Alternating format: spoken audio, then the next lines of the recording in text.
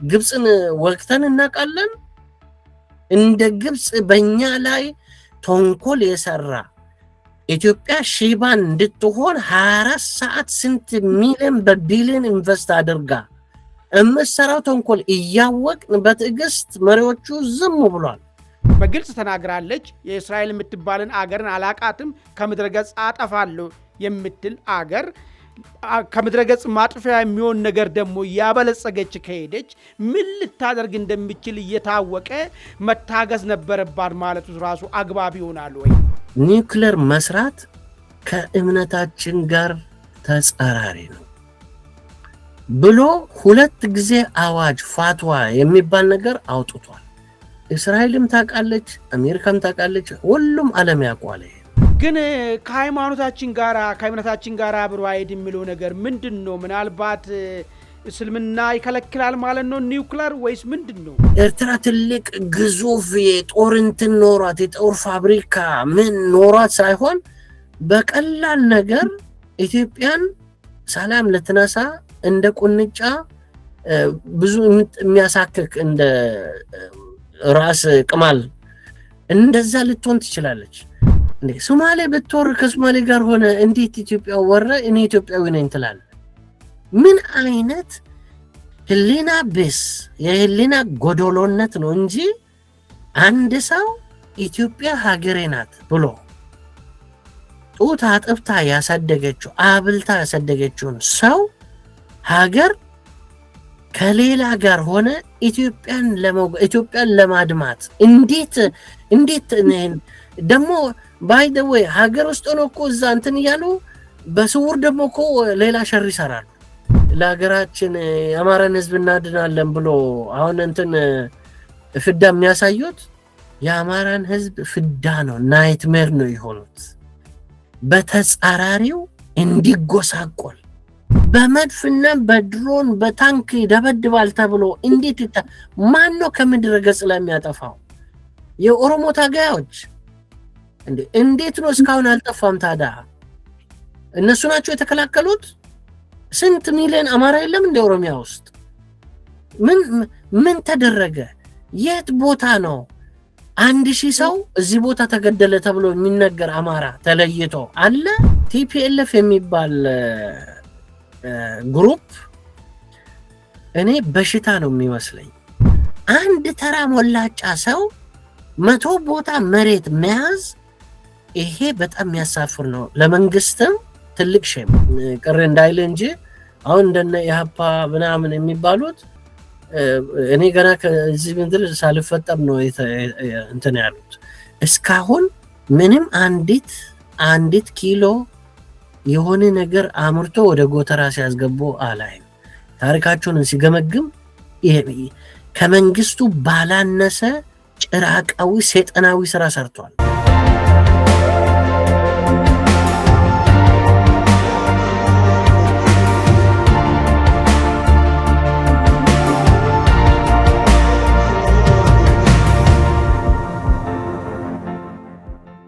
ሰላም ጤና ይስጥልን ውድ የአንድ አፍታ ሞጋች አድማጭ ተመልካቾቻችን፣ ይህ አንድ አፍታ ሞጋች የተሰኘው ዝግጅታችን ነው። በዛሬው አንድ አፍታ ሞጋች ዝግጅታችን የኢንተርናሽናል ሪሌሽን ባለሙያ የሆኑትን አቶ ዲባባ ተስፋዬን ይዤ ቀርቤያለሁ። እስከ ዝግጅታችን ፍጻሜ ከኛ ጋር ሁኑ። እንግዲህ አቶ ዲባባ ከኔ ጋር ለመሞገት ፍቃደኛ ሆነው ስለቀረቡ እጅግ በጣም አድርጌ አመሰግኖታለሁ። እኔም ስለ ግብዣው አመሰግናለሁ። መልካም። እስቲ አቶ ዲባባ ቀጥታ እንግዲህ ወደ ጥያቄዎች ልግባና ጥያቄ ምናልባት ከውጪ ወደ ውስጥ ነው የምንመጣው። አሁን ወቅታዊ ሆኖ ያለውን የኢራን እስራኤል አሜሪካ ጦርነት ከሱን ጀምርና ከዛ ቀስ እያል ወደ ሀገር ጉዳይ አሁን ሀገሪቷ ያለችበት ነባራዊ ሁኔታን የሚያሳይ ጉዳይ እሱን እያነሳን የዳሰስ እንዳለን ማለት ነው። እስቲ የመጀመሪያው ጥያቄ እንግዲህ ኢራን እስራኤል አሜሪካ ጦርነት ከጀመረ ምናልባት ከ2 ሳምንት በላይ ማስቆጠሩ ይታወቃል። በዚህ ጦርነት ውስጥ ማን አሸናፊ ሆኖ ወጣ፣ ማን ተሸናፊ ሆነ የሚለውን ነገር ለጊዜ እናቆየውና የጦርነቱን ፍትሐዊነት አስመልክቶ 2 ነገር እየተነሳ ነው ያለው። አንዳንድ ወገኖች ኢራን በባህሪዋ ጽንፈኛ ነችና በዚህ ጽንፈኝነቷ ላይ ኒውክለር ከታጠቀች ጉዳዩ የኢራን የእስራኤል ወይ የአሜሪካ ጉዳይ ብቻ አይደለም የሚሆነው፣ ዓለምን በሙሉ ወደ አደጋ ይዛ ትገባለች። ስለዚህ በእስራኤል ላይ የሚወሰደው በኢራን ላይ የሚወሰደው ማንኛውም አይነት እርምጃ አግባብ ነው የሚል ሀሳብ የሚያነሱ ሰዎች አሉ። በሌላ በኩል ደግሞ ያሉ ወገኖች አይ እነ አሜሪካ እያደረጉት ያሉ ነገር የእብሪትን ጫፍ እያሳዩ ነው፣ አሁን ሁኔታው እየተደረገ ያለው ነገር የኢምፔሪያሊዝም መልሶ እያቆጠቆጠ መሆኑ አመላካች ነው። ኢራንን በዚህ ሁኔታ ጥቃት ሊወስዱባት የቻሉ በምክንያቱ ኢራን ራሷን ችላ በእግሯ ለመቆም ያደረገችው እንቅስቃሴ ነው። ስለዚህ እነዚህ ሰዎች የሚያደርጉት ጥፋት ብቻ ሳይሆን ኃጢአት ነው የእነ አሜሪካ ድርጊት ብሎ የሚያቀርቡ ሰዎች አሉ። እንዳው አቶ ዲባባ እስቲ በእርሶ እይታ ጠቅለል ባለ ሁኔታ ከፍትሃዊነት አንጻር እነ አሜሪካ ኢራን እስራኤል እያደረጉት ያሉ ጦርነት ወይ ደግሞ አሜሪካና እስራኤል በኢራን ላይ የሚያደርጉት ጥቃት እንዴት አዩ? ከዛን ጀምር እስቲ። በጣም ሰፋ ያለ ብዙ ጊዜ የሚፈጅ ቶፒክ ነው ያነሳኸው። ነገር ግን ቀለል አድርገን እስኪ እንየው። አንድ ገና ልጆኜ አባቴ የነገረኝን ነገር ላንሳ እና ሬሌቫንሱን ወይም ደግሞ ይሄ የምነግረው ነገር ምን እንደሆነ አስረዳለሁ። በእንግሊዝኛ ምን አለኝ? the actors have a choice ነው ያለኝ። አላስረዳኝም፣ ግን በብዙ አመት ሰርቼበት የደረስኩበት አክተሮች ዋና ተዋናዮች በአንድ ህብረተሰብ ውስጥ በዓለም አቀፍ ደረጃ በሀገር ደረጃ በምንድነው ሪጅን ምን ይባላል በአማርኛ በዛ ደረጃ ስንመለከት ጦርነት የግለሰቦች ውሳኔ ነው። አሁን ብዙ ጊዜ ስቴት እና ገቨርንመንትን ለይቶ አይናገርም። ብዙ ሰው ሲናገር በቃ የእስራኤል ስቴት ኢራኒያን ስቴት ምናምን እያሉ ያጭበረብራሉ። this is lack of clarity of thoughts የአእምሮ ነጣ ያለ ጥርት ያለ ነገር አለመኖርን ያሳያል። ይሄን አባቴ የነገረኝ ነገር ያነሳውበት ምክንያት በትምህርት ዓለም ውስጥም በማስተማርም በመማርም ውስጥ ያገኟቸው ጥበብ ነው። ነገርየው ጥበባዊ ነገር ነው የተነገረኝ። አሁን እንግዲህ ጦርነት የግለሰቦች ውሳኔ ነው። the actors have the choice የተባለበት አንድ ሰው ሰይጣናዊ ስራ ሊሰራ ወይ ጥሩ ስራ ሊሰራ መሪ ወይ ሀገር ሊያጠፋ ሀገር ሊበዘብዝ ሀገር ፍዳ ሊያሳይ ወይም ደግሞ ጥሩ ነገር አድርጎ ትውልድ ኮትኩቶ ሀገሩን ተንከባክቦ ሀገሩን አሳድጎ ያልፋል እና በታሪክ ይታወሳል፣ ይደነቃል፣ ይወደሳል። ምንድነው አሁን ይሄን ነገር ለመናገር ያስቻለኝ? እኔ አሁን ያገኘሁት ኢንፎርሜሽን ምንድነው የምለው ኢራን በስዊዘርላንድ ባደረጉት ስብሰባ ላይ ዩራኒየም ኢንሪችመንትን አቆማለሁ የሚል ስምምነት ላይ ደርሶ ነበር። ይሄ ኢንፎርሜሽን አንተ ጋር ደርሶ ይሆን አላውቅም። አሁን በዚህች ጥቂት ቀናት ውስጥ ነው ይሄ ነገር የተገለጠው የተነገረው።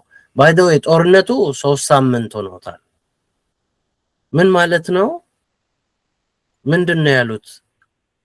እኛ ኢንሪችመንቱን እናቆማለን። ይሄ ደግሞ የእንግሊዝ ዲፕሎማቶች ነበሩ፣ የካታር ይመስለኛል አሸማጋይ ጥሩ ሁኔታ ላይ ደርሰን በሚቀጥለው ጊዜ ብዙ ነገሮች እንትን ለማለት ጥሩ ሁኔታ ጥሩ ስምምነት ላይ ፕሮግሬስ ነው የሚሉት እነሱ። እዛ ላይ ደርሰን ነበረ። በዛኑ ዕለት ከሰዓታት በኋላ ቦምብ ዘነበባት ኢራን። እንግዲህ አሁን ኦብጀክቲቭሊ ነው ማየት ያለብን። ኢራን ብዙ ጊዜ ራሷን ለመቻል በምታደርገው ጥረት የምዕራቡ ዓለም ብዙ ግፍ አድርሶባታል። አብዮት ከተከታተለ አቴን 79 ይመስለኛል በፈረንጆች። ከዛ ጊዜ ጀምሮ ምን ይባላል መሰለ ቪሊፊኬሽን ይባላል በእንግሊዝኛ፣ ኢራቃዊ አድርጎ መሳል። ከዚህ ጋር ራሻን አመጣልሃለሁ። ፑቲን ለ20 ዓመት በእንግሊዝ ሀገር ውስጥ ፑቲኒዝም የሚል ጭራቅ አድርጎ የመሳል ይሄ እርኩስ ነው። ምንም ሌላ ሰው በድሎ ሌላ ሀገር ወሮ ሳይሆን ለ20 ዓመት ቪሊፊኬሽን ወይም ኢራቃዊ አድርጎ ሲሰሩ በአይኔ ያየሁት በጆሮ የሰማሁትን ነው የምነግርህ። ኢራንም እንደዚሁ ኢራን እንዲህ ናት፣ ኢራን እንዲህ ናት። ኢራን በቃ ከዓለም ላይ ትልቅ ኃይል ያላት ዓለም ልታጠፋ የምትችል ተብሎ ይሳላል። እኔ ያስተማርኳቸው ልጆች ደግሞ የኢራን ሁኔታ ሲነግሩ ብዙ ችግር አለው ሰው ምግብ ይሁን ብዙ የተለያዩ ነገሮች እንጂ በጣም ኃይል አከማችታ እስራኤልን ከምድር ዓለም ልታጠፋ ዓለም ልትበጠብጥ የሚለው ኢማጂን ሮተሪክ ነው። ይሄ ሮተሪክ ሪያሊቲ የሚባል እውነታና ዝም ብሎ የተጠፈጠፈ ነገር ማለት ነው። እና አሁን ወደዚህ ጦርነት ላምጣና ነተኛሁ የእስራኤል ጠቅላይ ሚኒስትር 40 ዓመት የለፋውበት ነገር ዛሬ ህልሜ እውን ሆነ ብሎ ተናግሯል በአደባባይ። አሁን ይሄንን ስንሰማ ይሄ በፌስቡክ ላይ ዝም ብሎ የተፈጠረ ወሬ ፈጠራ ወሬ አይደለም፣ ከአንደበቱ ነው የተነገረው።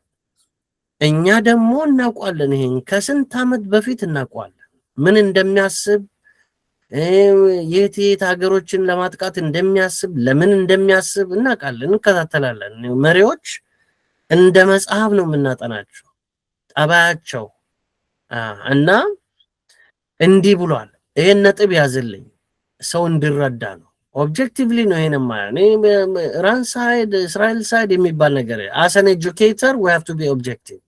እና ለምንድን ነው 40 ዓመት ሙሉ የለፋው ሰው ምን ሆኖ ነው? ኢራን ቤተሰቡን ገላበት አይደለም፣ ሀገሩ ወራ አይደለም፣ ምን ሆኖ ነው? እና ይሄንን ያሰበበትን ነገር እውን እንዲሆን ብዙ ነገር ተጠፍጥፏል።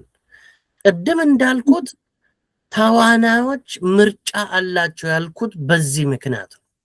መሪዎች ጦርነት ሊሄዱ ወይ ሰላም ሊፈጥሩ በእጃቸው ነው። ዶናልድ ትራምፕ ይሁን ነተኛው ይሁን ማንም ይሁን ጦርነት የማካሄድ ጦርነት ወዳጆች የሚል እንትን አለኝ እኔ አሁን ለወደፊት በጣም ብዙ በደንብ አድርጌ ለፓብሊክ ለማቀርበው ነገር war lovers እና ጦርነት ወዳጆች። ጦርነት ሀገር ያከስራል። ጦርነት ፍዳን ያመጣል። ይሄ ጦርነት በዓለም ላይ ምን አይነት ፍዳ እንደሚያመጣ 3 እንትን ቁጥር ልስጥ። እሱ ጋር እንመለሳለን። አቶ ዲባባ አንዴ እዚህ ጋር ላስቆሞትና ግልጽ እየሆነ እንዴት ስለፈለኩ ነው። በእስራኤል በኩል አንድ የሚነሳ ነገር አለ። ኢራኖች በግልጽ ነው በይፋ በፊት ለፊት እስራኤል የምትባል አገርን አናቅም ከምድረ ገጽ እናጠፋለን የሚል አቋም ይዟል። ከዚህ በላይ ፍትሃዊ ሐሳብ የሉና አደጋስ አልመጣባቸውም ማለት ይቻላል ወይ? ይህን ጦርነት ለመዋጋት አንርሶ ያነሱት ነገር አለ። 40 ዓመት ስናልም የነበረው ነው። አዎ ኢራኖች አብዮት ከፈነዳ ወዲህ የመጣው ስልጣኑን የያዙት አያቶላዎች ምንድን ነው የሚሉት? ኢራን እስራኤል የምትባል ሀገር አናቃትም ከምድረገጽ እናጠፋታለን ነው የሚሉ የሉና ጉዳይስ አይሆንም ወይ የሚለውንም ጉዳይ አያይዞ እንዲያዩት ተፈለግኩ። ይኸውልህ ሮቶሪክ የሚባለው ለዚህ እኮ ነው ያነሳሁት። ማለት ይህ ዝም ብሎ የሚነበነብ ነገር የተባለው በሙሉ ስራ ላይ ይውላል። ስራ ላይ ለማዋል በዚህ 40 ዓመት ውስጥ ምንድን ነው የተደረገው? ጦር አዝምታ እስራኤልን ወራ አንዲት ስንዝር መሬት አልወሰደችም። አንዲት ቦምብ አልወረወረችባትም አሉ ተባለ። ኢሞሽናል ሆኖ ሰው ፍልስጤሞች በሚበደሉበት ምክንያት ኢራን እኮ እስራኤል መታ መሬት ወሰደችብኝ፣ እኔን አጠቃች፣ እንዲያረገች አይደለም። ለእስራኤል ለፋለስጢኖች መብት ይሄ ተገቢ ነው፣ ፍትሃዊ ትግል ነው፣ መታገዝ አለባቸው። እነዚህ ሰዎች ሁልጊዜ ተበድሎ ተጨቁኖ መኖር የለባቸውም ብላ አምና ከጎናቸው የቆመች ናት። ሌላው አረብ ዓለም በቃ ቢሊዮኖቹን ዝም ብሎ በብልግና ላይ ሲያጠፉ ይሄን አድርጋለች። ይሄ ድብቅ አይደለም። ነገር ግን እስራኤል የኢራን ጎረቤት አይደለችም። እንደ ሊባኖስ፣ እንደ ጆርዳን፣ እንደ ሲሪያ ከዛ ሩቅ መታ እንዴት አጠፋኛለች? አንተ አጠፋለሁ ለምለው ተዘጋጅተ የምትከላከለው ነገር ታደርጋለህ እንጂ ፕሪኤምፕቲቭ ዎር የሚባል it is not part of the just and unjust war theory or doctrine. በጦርነት ዶክትሪን just and unjust የሚባሉ ነገሮች አሉ። ይሄ በኢንተርናሽናል ህግም በሞራልም በኤቲክስም መሰረትም ሲገመገም በዛ ሚዛን ላይ አስቀምጠን ስንገመግመው preemptive war is not a just war። አስቀድመ አሁን እኛ ሱዳን ልታጠቃን ነው ብለ አስቀድመን ካጠቃን ፍትሃዊ አይሆንም። ስትመጣ ተዘጋጅተ የአንድ ስቴት ትልቁ ስራ የሀገር ሴኩሪቲ ነው። መከላከያውን ማጠናከር፣ ህዝቡን ማጠናከር፣ ኢኮኖሚውን ማጠናከር። አንተን ሊደፍር የሚመጣ አሁን እኛ ግብጽ ሁልጊዜ እኛ ላይ የሆነ ነገር ሸር ትሰራለች። አይ እንዲህ አርጋለች ብለን ግብጽን ወቅተን እናውቃለን?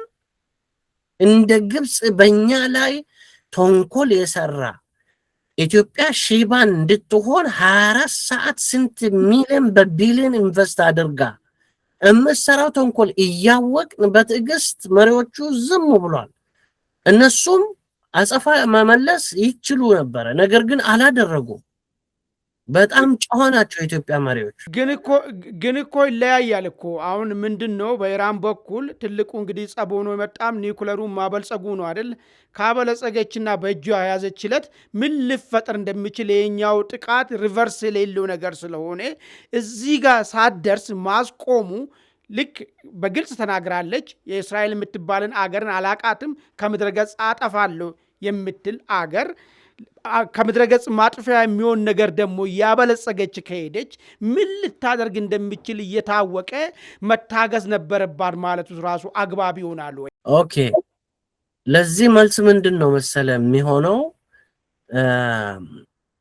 የጦርነት መንስኤው ምንድን ነው ተብሎ ዶናልድ ትራምፕም ሲጠየቅ አንዴ ኒውክሌር ልትሰራ ሳምንት ቀራት፣ አንዴ ህዝቡ ተጨቁኗል፣ ተበድሏል፣ የሆነ ነገር ስንት ነገር ይጠፈጥፋሉ። ግን አሁን በቅርብ ቀናት አይ ቲንክ 2-3 ቀን በፊት የካውንተር ቴሮሪስት ዋና ኃላፊ አሜሪካዊ ሪዛይን አድርጓል። እኔ ኢራን ኤሚነንት ትሬት ወይም ኢሚዲየትሊ እኛን የሚያሰጋ ነገር የምታደርግበት አንድም ምክንያት አንድም የደህንነት እንትን የሚያሳየን ነገር የለም ብሏል። በዚህ ምክንያት እቃወማለሁ። ኢራን ጋር ጦርነት መሄዱ ትክክል አይደለም። እስራኤል ዶናልድ ትራምፕን ነተኛው ወስውሶ ስንት ነገር ጠፍጥፎ እያስፈራሩ ኤኒዌይ ዶናልድ ትራምፕ በኤፕስቲን ፋይል ውስጥ የሰራ ብልግና ስላለ ወይ ብልግናው እናወጣለን ወይ ይሄን ነገር አድርግ ብሎ አስፈራርቶታል። ይሄ አይነገርም በፓብሊክ እናውቋለን። እና ይሄ ሰው የዋና ኃላፊ የካውንተር ቴሮሪዝም ኢራንን ስንት ዘመን የተፋለመ ሰው፣ ኢራን የምትሰራውን ተንኮል ብዙ የሚያውቅ ሰው ኢራን ኢዝ ኖት አን ኢሚነንት ትሬት ቱ አሜሪካ ብሎ በአደባባይ ወጥቶ ተናግሯል። ጽፎም ፓብሊክ እንትን አለ። አሁን እኔ ኮፒውን አለኝ በእንግሊዝኛ ብትፈልግ አውጥቼ ላነብል ይችላል። ነገር ግን ምን ለማለት ነው ይሄ በሳምንት ምን የሚባለው ባይ ዘ ዌይ ኢራን ለብዙ አመት የአቶሚክ ኤጀንሲ የኒውክሌር ነገር ቁጥጥር የሚያደርጉ ሰዎች 24 ሰዓት እንደዚህ ሌንሳቸውን አስቀምጦ እያንዳንዷን ነገር የሚሰሩትን ነገር ሲከታተሉ ኖሯል። የዚህ ኤጀንሲ ዋና ኃላፊ ኢራን የኒውክሌር ፕሮግራም የላትም። ሁለተኛ ዓለም በሙሉ የሚያውቀው አያቶላ ኮሜኒ ወይም ከሱ በፊትም የነበረ ዋናው በአብዮት አምጥቶ በ1979 አብዮት ያካሄደው ትልቁ ሽማግሌ ኒውክሌር መስራት ከእምነታችን ጋር ተጻራሪ ነው ብሎ 2 ጊዜ አዋጅ ፋትዋ የሚባል ነገር አውጥቷል። እስራኤልም ታውቃለች፣ አሜሪካም ታውቃለች፣ ሁሉም ዓለም ያውቃል። ይሄን አናደርግም ብሏል። እና ፈጠራው ከእውነታው ጋር ስናመዛዘን አይንተን ተፎከረ የሚባለው ተወገዘ የሚባለው አለ፣ እሱ ሮተሪክ ነው። ነገር ግን በግልጽ የአቶሚክ ኤጀንሲም እየተቆጣጠረ ለምሳሌ እስራኤል ኒውክሌር እንዳለ ለማንም አልተናገረችም። ማንም ስክሩቲናይዝ አያደርግም። ቁጥጥር የለም። ምንም ማንም ሰው አይነካም። ምክንያቱም ኃይል አላቸው። የይሁዳ ዘሮች በየዓለሙ የገንዘብን የተለያየ ነገርን ቁልፍ ይዟል እና ማንም አይነካትም። ማንም ቤቷ ሄዶ መበርበር የለም። ኢራን ግን ብዙ አመት እየተከታተሉ ምን እንደምትሰራ ምን እንደምታስብ እየተከታተሉ ምስክርነት ሰጥቷል። ይሄ ጦርነት ከመናሳቱ በፊት እና ምን ለማለት ነው አዋጅ ወጥቶ ኒውክሌር መስራት ከእምነታችን ጋር ተጻራሪ ነው። ሌላኛው ወገን ደግሞ እዛው ኢራን ውስጥ ነው እስራኤል ሁልጊዜ እያስፈራራችን ነው። አሁን እኛ እሷ ኒውክሌር ስላላት ስለዚህ መስራት ይገባናል። እምነታችንም ተጻራሪ ቢሆን እውነታው የህይወት እውነታ ሪያሊቲ ያስገድደናል። ኒውክሌር መታጠቅ የሚያስፈራራን ነገር ለመከላከል ያስፈልጋል ብሎ ብዙ ይጨቃጨቃሉ። ግን በፍጹም አይሆንም ተብሎ የተገደለው ኮሜኒ እንትኑን ከድኖ አስቀምጧል።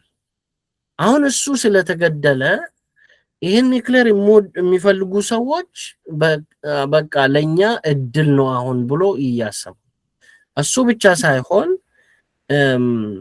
ምን ለማለት ነው ይሄ ያለውን ሁኔታ በአደባባይ የሚታየውን ፋክት ነው እኔ የተናገርኩት። ብዙ ምስጢሮች አሉ። ጥሩ አቶ ዲባባ እንግዲህ በእርሶ እይታ ኢራን ምንም ተበዳይ ነች እንጂ ምንም በደል የፈጸመችው ነገር የለም። በእነ እስራኤልና አሜሪካ የሚደረገው ነገር ደግሞ ኢፍትሐዊነት ነገር እንደሆነ ነው ገለጹ። መልካም። እስቲ ይቅርታ እሱ ብቻ ሳይሆን እስራኤል ትጥፋ አሜሪካ ትጥፋ ምናምን እየተባለ በአደባባይ ማውገዝ አርብ እንደዚህ እንትን መፈክር ማሰማት ይሄ ጩኸትና ወሬ ነው። እውነታው ግን አዋጅ ወጥቶ ኒውክሌር እንዳይሰራ ተብሎ ተወስኗል። ግን ከሃይማኖታችን ጋር አብሮ አይሄድ የሚለው ነገር ምንድን ነው? ምናልባት እስልምና ይከለክላል ማለት ነው ኒውክሌር ወይስ ምንድን ነው? ግልጽ ማድረግ የሚቻል ከሆነ ከእምነታችን አንጻር ምንም ያልበደለህን ሰው በእስልምና አንድ ሰው መግደል ኡማ ወይም ሰው ልጅም በሙሉ እንደተገደለ ይቆጠራል የሚል እንትን አላቸው። ስለዚህ ምንም ያላጠፋው ኒክለር ወርውረን ህፃን፣ ሽማግሌ፣ ሴት፣ ደካማ አብሮ አንድ ላይ ማጋየት የሚባል የጦር ፕሪንሲፕል ከእስልምና እምነታችን ተጻራሪ ነው። ምናልባት እነ ፓኪስታን እኮ ኒውክለር እኮ እንትን አድርጓል እኮ እስላሚክ ስቴት አይደሉም እንዴ እነሱ ቅድም እኮ የተናገርኩት ይሄንን ነው። በአክተርስ ሃቭ አ ቾይስ ብሎ አባቴ ገና በ16 ዓመት እንትን የነገረኝ ምርጫ አላቸው። እነዚህ ግን እምነታቸውን አጥብቆ ስለያዙ እምነት የሚለው ነገር እዚህ ጋር ገዢ ሊሆን አይችልም የሚለው ነገር እኮ ነው እኮ እምነታችን ይከለክለናል የሚለው ነገር ለምን ተመሳሳይ እምነት ውስጥ ያሉት አገራቶች ይሄን ነገር የሚያደርጉ ከሆነ እምነት የግድ ሊያስገድድ ወይ ሊያደርጉ ወይ ሊያደርጉ ይችላሉ ብለን በእምነት መውሰድ አስቸጋሪ ይሆናል የሚል ነገር ነው የታየኝ። አይሆንም። ፓኪስታኖች ውሳኔ ወሰኑ። የፓኪስታን ዋና አክተሮች ውሳኔውን ወሰኑ። የወሰኑበት ምክንያት ደግሞ ህንድ ታጥቃ ሁልጊዜ እንዳታስፈራራ የሚል ትልቅ ምክንያት አላቸው። ልክ እንደ ኢራን እስራኤልን እንደምትፈራ ብዙ ህዝብ አላት ህንድ፣ በጣም እያደገች ነው። ከዛ ቀስ ብሎ ይቺን ነገር አደረጉ፣ መከባበር መጣ። አለበለዚያ ህንዶች በፈለጉበት ሰዓት ፓኪስታንን ወሮ ብዙ ችግር ሊፈጥሩ ሀገሪቷን ኮምፕሊትሊ መለወጥ ይችላል፣ ችሎታ አላቸው። ግን እቺ ኒውክለር ሴፍቲ ሰጥታለች። በጣም እየተከባበሩ ነው። ሲጣሉ እንኳን በክላሽንኮቭ እዛው እንትን ጎረቤት ስለሆኑ ካሽሚር የሚባል አካባቢ ላይ እዛው ትንሽ በክላሽንኮቭ መተኳከስ ነገር እንጂ በፍጹም መከባበራል። ባይ ዘ ዌይ ኒውክለር አማኑኤል የምነግርህ ኒውክለር ባለ ጉልበቶች ሌላ ጉልበት የሌላቸው ማስፈራሪያ ነው እንጂ የጦር መሳሪያ አይደለም። ማንም ሰው አሁን ለምሳሌ አሜሪካ እኔ ልተኮስ ራሻ ላይ ብትል ራሻ ደግሞ 10 እጥፍ ልትተኮስ ትችላለች። ምክንያቱም ከአሜሪካ የበለጠ ኒውክለር እንትን አላት። ወደ 6000 ኒውክሌር እንትን የሚባል ነገር አለ። አሜሪካኖች ከ2000 በታች። እሱም አውቆ ነው ያጋነኑት እንጂ እንትን አይደለም። ማስፈራሪያ ነው እንጂ እንደ ክላሽንኮቭ እንደ መድፍ እንደ መትረየስ መዋጊያ አይደለም። ማንም ደግሞ ከሁለተኛ ዓለም ጦርነት በኋላ አሜሪካ ጃፓን ላይ ሂሮሺማና ናጋሳኪ ላይ ከወረወረችው በኋላ በምንም ተአምር በኒውክሌር የተጣላ በህልሙ የሚያስብ የለም። እቺ ማደናገሪያ ወይም ደግሞ ጉልቤዎቹ እየኮረኮሙ የሚያደርጉት ነገር ነው፣ ሌሎቹ እንዳይዙ። እኔ አሁን ለምሳሌ ምንድነው መፍትሄው ብትጠይቅ ሁሉም ሰው እሄዳለሁ ወደዛ እሄዳለሁ። መጀመሪያ እንዳው ጦርነቱ ያመጣው አንድ የሆነ መልክ ያዘ ነገር አለ። ምንድነው ጦርነቱ? በዋነኝነት ነዳጅ ጉድጓድና የነዳጅ መተላለፊያ ላይ መስመር ላይ ያተኮረ የሚመስል ነገር እየመጣ ነው ያለው። አሁን እንግዲህ ሆርሙዝ ተዘግቷል። በመዘጋቱ ዓለም ምን ያህል ችግር ውስጥ እንደገባ እያየን ነው። ኢራን ደግሞ እነዚህ ነዳጅ አምራች ሀገራቶች እነዚህ ገልፍ ስቴቶችን እነ ሳውዲ፣ እነ ዩኤ፣ እነ ኳታር እና እዛ አካባቢ ያሉትን እየመታች ነው ያለችው። ስትመታ ደግሞ የነዳጅ ጉድጓድን ታርጌት የማድረግ ነገር አለ። እንዳው የዚህ ጦርነት እንዳው ባይ ዲፎልት ሄዶ ነው ይሄ ነገር ውስጥ የገባው ወይስ ታስቦበት ነው? ከመጀመሪያውም ጀምሮ ዓለምን ለማወሳሰብና ዓለምን ሌላ ችግር ውስጥ ለምን ነዳጅ የማይነካው ግለሰብም የለም አገርም የለም፣ ሁሉም ችግር ውስጥ ይገባል። ከነዳጅ ጋር ተያያዘ ወደ ሌላ ገጽ ነው ወይ ይርነ ያለ ነው? ለምንድን ነው በዋነኝነት ነዳጅና ነዳጅ መተላለፊያ ነገሮች ላይ ሊያተኩር የፈለገው የሚለውን አንድ ነጥብ እሱን ያዙልኝ። ይህንን የአሜሪካኖች እንግዲህ ጥሪ አቅርቦ ነበር ሌላ አገራቶች ይገዛ እንዲያደርጉ፣ በተለይ የሆርሙዝን ለመቆጣጠር ማለት ነው።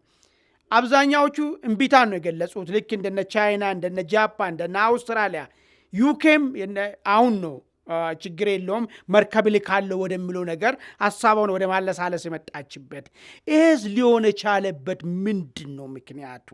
ይህ እዚህ የሆርሙዝ ጉዳይ ሁሉንም የሚያጠቃ ከሆነ አሜሪካኖች ጥሎ ማይሄዱ ከሆነ ኢራንም የማትሸነፍ ከሆነ ይህንም ቦታ ላለማስከፈት ሌሎቹ ተባባሪ ሊሆኑ ያልቻሉበት ምንድን ነው ምክንያቱ የሚለው ጠቅለል ባለ ሁኔታ እስቲ ከሁለተኛው ልጀምር። ሌሎቹ አንተባበርም ያሉበት ምክንያት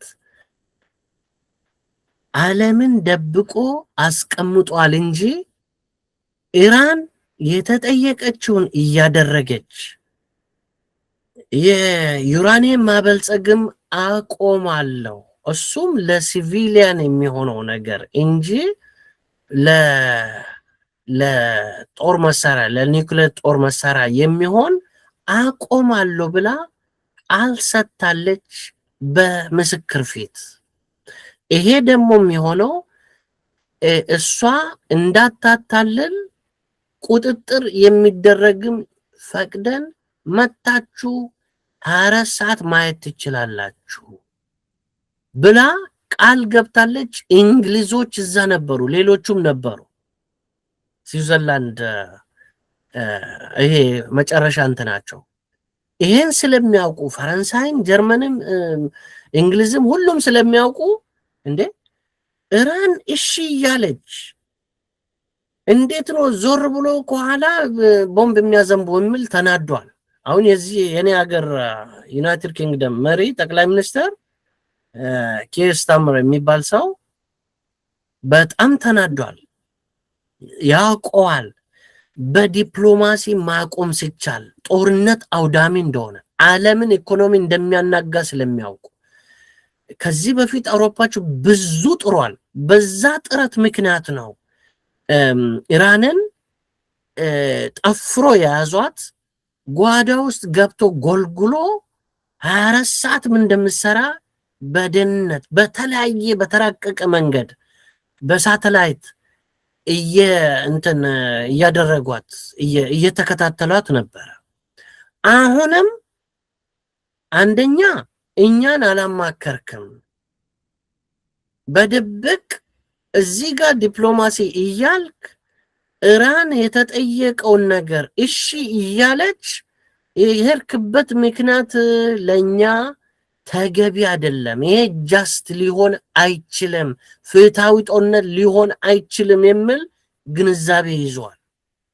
ነገር ግን ኢራን ደግሞ አሁን እንትና መጣ ባይተው ይሄን በአደባባይ አይነገርም፣ ይሄ አይነገርም። ነገር ግን ምስክር አለ።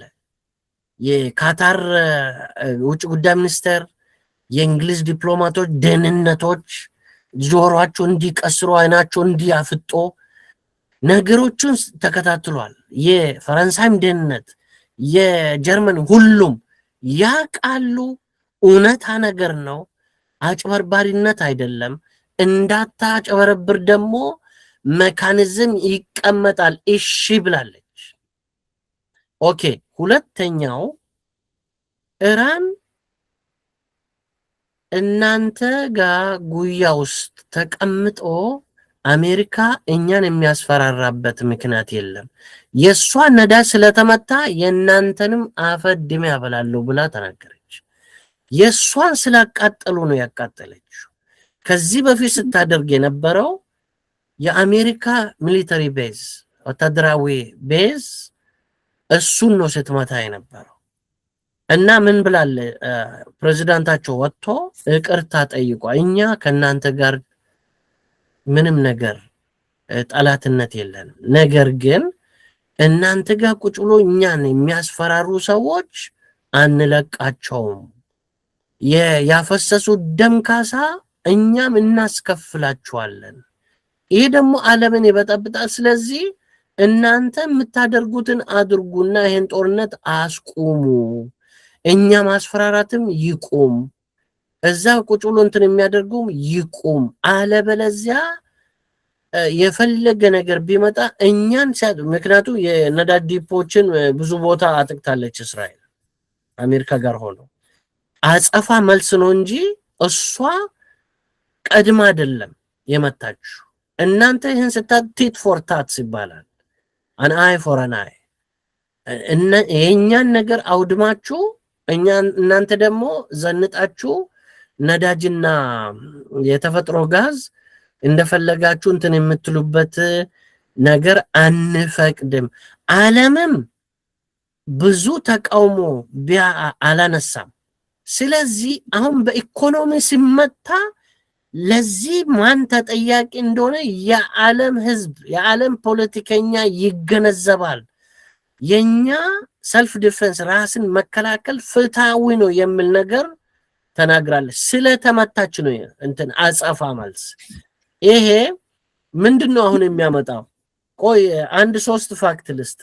80% የዓለም ኤነርጂ ሰፕላይ የድንጋይ ከሰል፣ ነዳጅ እና የተፈጥሮ ጋዝ 80% የዓለም በሙሉ ማለት ነው። ስለዚህ ድንጋይ ከሰሉን ተው፣ ኦይል እና ናቹራል ጋዝ ስትወስደው ዓለም አሁን አፍጥሙን ልትደፋ ነው። ኢራን እነሱ አቅሎ ነው ያዩት። በቃ በአንድ ቀን በሁለት ቀን አጋይተን እንዲናረጋለን አያውቁም። ኢራንን በደንብ የሚያውቁ አይመስለኝም። አንተ እያወቅ አሁን እጅን እሳት ውስጥ ከተህ ቆይ እስኪ ይጠብሰኛል አይጠብሰኝም ብለህ እጅ አትከትም። አይደረግ። አሁን እየነደደች እስራኤል እየነደደች ነው። ይሄ ሚድል ኢስት የሚባሉ ይሄ የፔትሮ ዶላር ቱጃሮች አሁን ጉዳቸው የዓለም ህዝብ በሙሉ ጉድ።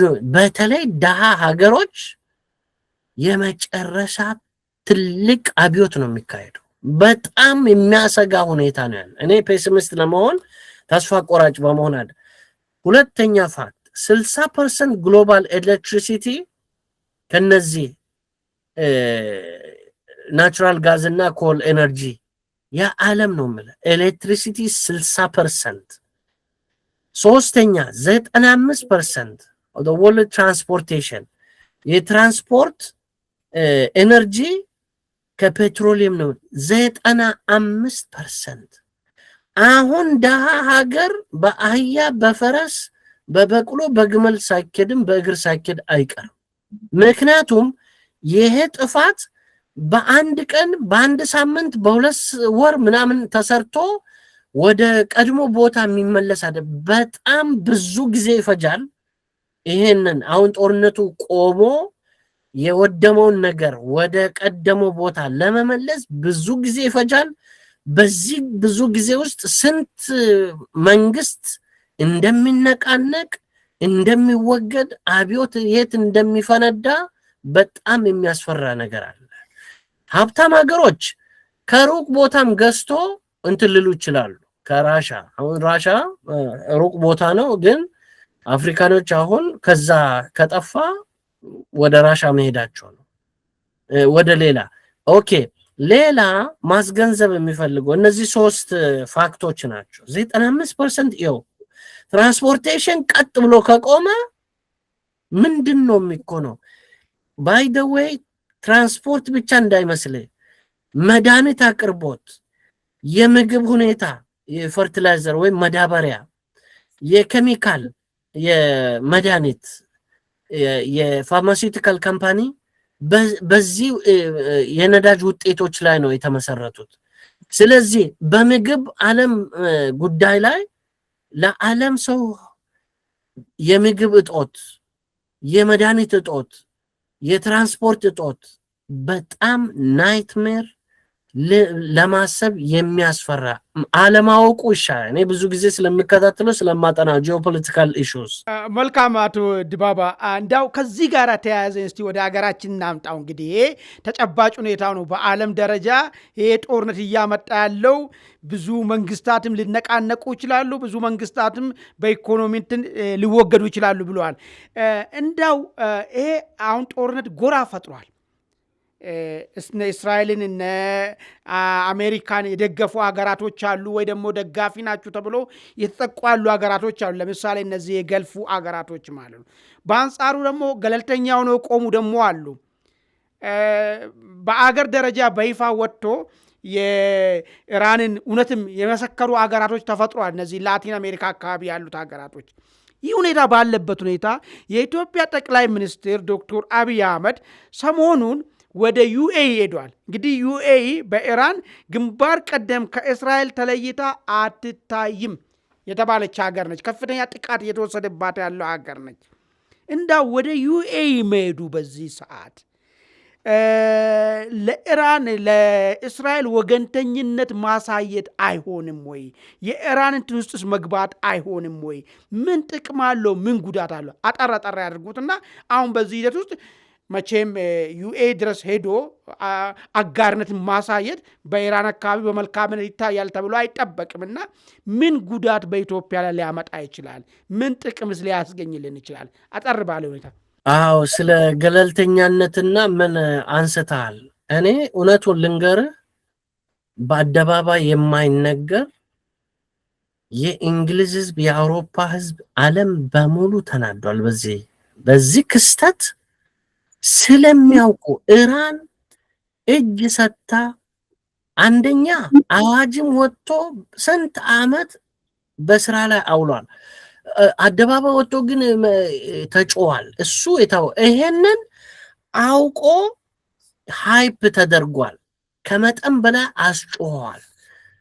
ከፍየሏ በላይ ነው የሚባል ነገር አለ መሰለኝ። ማን ነው የሶማሌ እንትን የነበረው ሰውዬ ሲናገር ሰምቼ፣ ልጅቷ በፍየል ሞት የራሷ ጓደኛ እንትን መሞትን በደንብ አድርጋ አለቀሰች ይባላል። እና አንድ ነገር በዓለም ላይ አንደኛ ቅድም ያመጣሁት ነገር አለ። the actors have a choice. by the way ዓለም ሰው ልጅ በጥቅም ላይ የተመሰረተ ነው ድርጊቱ። ጥቅም ኢንትረስት ይባላል። አሁን በሌላ ቋንቋ ብንናገር ናሽናል ኢንትረስት ይባላል፣ ኮሚኒቲ ኢንትረስት ይባላል፣ ኢንዲቪጁዋል ኢንትረስት ይባላል። የተለያየ ደረጃን ጥቅም ኢንትረስትን ማየት ይቻላል። ለምሳሌ እንዴት የዓለም ኢኮኖሚ፣ የዓለም ትራንስፖርት፣ ምግብ፣ መድኃኒት በትልቅ በትልቁ ችግር ስለሚፈጠር እንዴት ዳር ቆሞ ማየት ይቻላል? በፍጹም ይሄ ብዙ ዓለምን በሙሉ የሚያካትት ችግር ነው ይሄ የሚሆነው። እና ወገንተኝነትና እንዲህ ዳር ቆሞ ማየት በጣም የማይመስል ነገር ነው። አሁን ብዙ ሀገር ኦልሞስት አይ ቲንክ 99.9% ከእስራኤልና አሜሪካ በስተቀር የዚህ ጦርነት አነሳስ በዓለም ላይ ስንት ጉዳት የፈጠረ ትልቅ ችግር በእስራኤልና በአሜሪካ ላይ ይፈጠራል። እስራኤልንም አሜሪካን እንደ ጭራቅ ማየት ዓለምን ፍዳ ያሳዩ ተብሎ የሚያስገምት ይሆናል። እሺ ወደኛ እናምጣ። ቅድም እንደተናገርኩት the actors have a choice።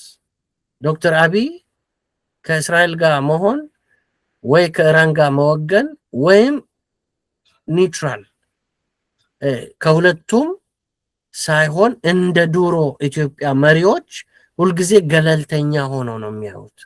ወገን ይዞ ጦር ሲመዙ አንዱን ደግፎ እንዲህ ሲያደርጉ አይታዩ። ነገር ግን ለነጻነት ለሚዋጉ አፍሪካኖች ብዙ እገዛ ታደርግ ነበር ኢትዮጵያ። ሀገራችን ውስጥ ጭቆና እያካሄዱ ገበሬውን ምስኪኑን እየበዘበዙ ብዙ ነገር እያካሄዱ አፍሪካኖች ግን ነጻነታቸውን እንዲያገኙ ብዙ ወታደር አሰልጥና ብዙ እርዳታ አድርጋለች። ነገር ግን በአገሮች መካከል በሚካሄደው ጦርነት ውስጥ ኢትዮጵያ ገብታ ስትቦጠብጥ ታሪኳ አያሳይም። አሁን ግን ኢንትረስት ስለሆነ ኢትዮጵያን ዶክተር አብይ እንግዲህ በደንብ ያውቃል ምን ያክል እንትን እንደሆነ። ብዙ ጊዜ ሲናገር እሰማለሁ። ወንድሜ ነው የዩናይትድ አረብ ኤምሬት ዋና መሪ ፕሬዚዳንት። እንደ ወንድሜ ነው የማየው። በጣም ነው የምወደን፣ በጣም ነው የሚያከብረን፣ ብዙ ነገር ሊረዳን ይፈልጋል ብሎ ጥሩ ሁኔታ ኬሚስትሪያቸው አብሮ ይሰራል። ስለዚህ ሄዶ ወገንተኝነትን ማሳየት በጣም እንትን ነው። ነገር ግን ኢራን እንደ ዩናይትድ አረብ ኤምሬትስ ለኢትዮጵያ አልቀረበችም። ለኢትዮጵያ ብዙ ነገሮችን እንትን ክፍት አላደረገችም። የራሷን ዕቃ ስትሸጥ ነበር። ድሮን እንሰማለን። እኔ እውነት ይሁን ምን ገና መጥቼ ማየት አለብኝ ካሳዩኝ። ግን ድሮን ሽጣለች ይባላል። ዩናይትድ አረብ ኤምሬት ግን ከኢትዮጵያ መሪ ጋር በጣም ጥሩ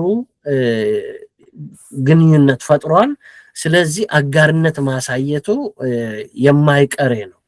ምክንያቱም ከሀገር አንጻር ካየነው ሳይሆን ይሄ ከግለሰብ ሳይሆን መሪ እኮ ይሄዳል ይመጣል አይደል? ከሀገር አንጻር በዚህ ሂደት ውስጥ ይህን አቋም መያዝ እንደ አገር ብሔራዊ ጥቅም አድርገን እንድናስብ ጠቃሚ ነው ወይስ ጎጂ ነው የሚለው ነገር ነው። አጠርባለሁ። እሱ በመሪዎች ነው የሚወሰነው። ለዚህ እኮ ነው አክተርስ ኦፍ ቾይስ ያልኩ። ከዛም ጋር መሆን ሰይጣንም መሆን መልአካዊ ነገርም መሆን ጦርነት ማንሳትን ሰላም መፈለግም ይሄ ሁሉ በእጃቸው ነው። ምርጫቸው ነው። ነገር ግን አንድ የፖለቲካ ሳይንስ ተንታኝ ለአገር ይሄ ነገር ይጠቅማል ወይስ አይጠቅምም ከዛ አንጻር ገለልተኛ ሆኖ ከዛው መሪዎችም አሁን ለጊዜማ ለነሱ ፖለቲካ የሚበጀውን ነገር ነው የሚያደርጉት። የዱሮቹም እኮ ያደረጉት እኮ በወቅቱ ለነሱ ፖለቲካ የሚበጀውን ነገር ነው ያደረጉት። ነገር ግን አሁን የተወሰደው አቋም ቅድም በደንብ አድርጎ ተንትኖ አስቀምጦልኛል። ኢራን አትሸነፍም እና አሜሪካና እስራኤል ጭራቅ ይሆናሉ ዓለም ላይ የዓለም መንግስታት ሁሉ ዞሩባቸዋል የሚል ነገር ነው ያስቀመጡት አይደል? የኛው በዚህ ሰዓት ከኢራን ባላንጣ ሀገራቶች ጋር ወዳጅነት መምሰረታችን ምንድነው ሊፈጥር የሚችለው የሚለውን ነገር ማለት እንደ አንድ ፖለቲካ ተንታኝና እንደ አንድ ፖለቲካ ሳይንስ ምሁር ምንድነው የሚለው ምን ከጥቅም ነው ወይስ ጉዳት ነው ያለው? አልባጭሩ ከጥቅም አንጻር ስለሆነ ቅርርቡ ለምሳሌ የጋራ ጥቅም የሌለበት ቦታ ሄደኮ ምን ታደርጋለህ? ስለዚህ የተወሰነው ውሳኔ ዩናይትድ አረብ ኤምሬት ለኛ ሀገር ጠቃሚ ናት የሚል መሪ ወስኗል። እኔ በግሩፕ እንደሆነ አላቅም፣ ግን ሀገር የሚመራ ሰው ለኢትዮጵያ የምትጠቅም ሀገር ናት ብሎ እንትኑን አሳይቷል፣ ካርዱን አውጥቶ አሳይቷል። ይሄ ግን ምን ማለት ነው? ኢራን ምን ታመጣለች ወይም ደግሞ ከሷ የሚገኘው ምን ጥቅም አለ ከሚለው አንጻርም ይገመገማል። ስትራቴጂካሊ የጠቅላይ ሚኒስትሩ ውሳኔ እርሶ እንዴት ነው የሚያዩት? የጠቅላይ ሚኒስትሩ ውሳኔ ትክክል ነው ትክክል አይደለም ብለው የሚያዩት በግሎት? እኔ ትክክል ነው የምል እንትን አለኝ፣ ግን ሌላ ኢምፕሊኬሽንም አለው። ትክክል የሚሆነው ከዶክተር አብይ ግንኙነት በጣም ቅርርብነት እሱ የሚያውቀው ብዙ ነገር የማይናገረውም ይኖራል። ከዛ አንጻር ጠቃሚ ነው። ለምንድን ነው? ነዳጅ ስላላት በርካሽ ነዳጅ ልትሸጥልን ትችላለች። ይሄ ካልኩሌት ይደረጋል። ምክንያቱም ናሽናል ኢንትረስት ካልኩሌት ስታደርግ ነዳጅ ቅርብ ነን፣ በጣም ሩቅ አይደለችም። ከዛ ደግሞ የቀይ ባህር ሁኔታ ሰተል ከሆነ በቀላሉ በቱቦ አምጥቶ አሰብ እንትን ይደረጋል። ሪፋይነሪ ዱሮም ነበረ። ከዛ ጋር ይሄ ካልኩሌት ይደረጋል። ይሄ ብቻ ሳይሆን የረጅም የሾርት ተርም፣ ሚዲየም ተርም፣ ሎንግ ተርም የሚባል ነገር አለ። ለወደፊት ስትራቴጂክ አጋር ልትሆን ትችላለች። ቀይ ባህር ላይ ባለው ተጽዕኖ የነዳጅ ሴኩሪቲያችን ላይ ተጽዕኖ ታመጣለች፣ ትጠቅማለች ብሎ መሪው ወስኗል። እንደዛ ነው የሚታየኝ። መልካም አቶ ዲባባ፣ ወደሚቀጥለው ጥያቄ እንድና ሰዓታችንም እየሄደ ስለሆነ ከቅርብ ጊዜ ወዲህ እንግዲህ ኢትዮጵያና ኤርትራ መካከል አደገኛ ውዝግብ ተነስቷል። እንዲያውም ጦርነት ዛሬ ይጀምራል ነገ ይጀምራል እየተባለ እየጠበቀ ነው ያለው። በኢትዮጵያ በኩልም መከላከያ ሰራዊትን ወደ ሰሜኑ አገራችን ክፍል የማስጠጋት ሂደቶች ተደርጓል። በዛም በኤርትራ በኩልም በዚሁ ተመሳሳይ ሁኔታ ጦሩ ወደ ድንበር ማስጠጋት እዛ አካባቢ ያለውንም የህወሓት ጋር ተፈጠረውንም ጽምዶ ተጠቅሞ አንዳንድ መረጃ ምንጮች እንደሚሉ ከሆነ ሰራዊትን ወደ ትግራይ ውስጥ ማስገባት ስራም ተሰርተዋል የሚል ነገር አለ።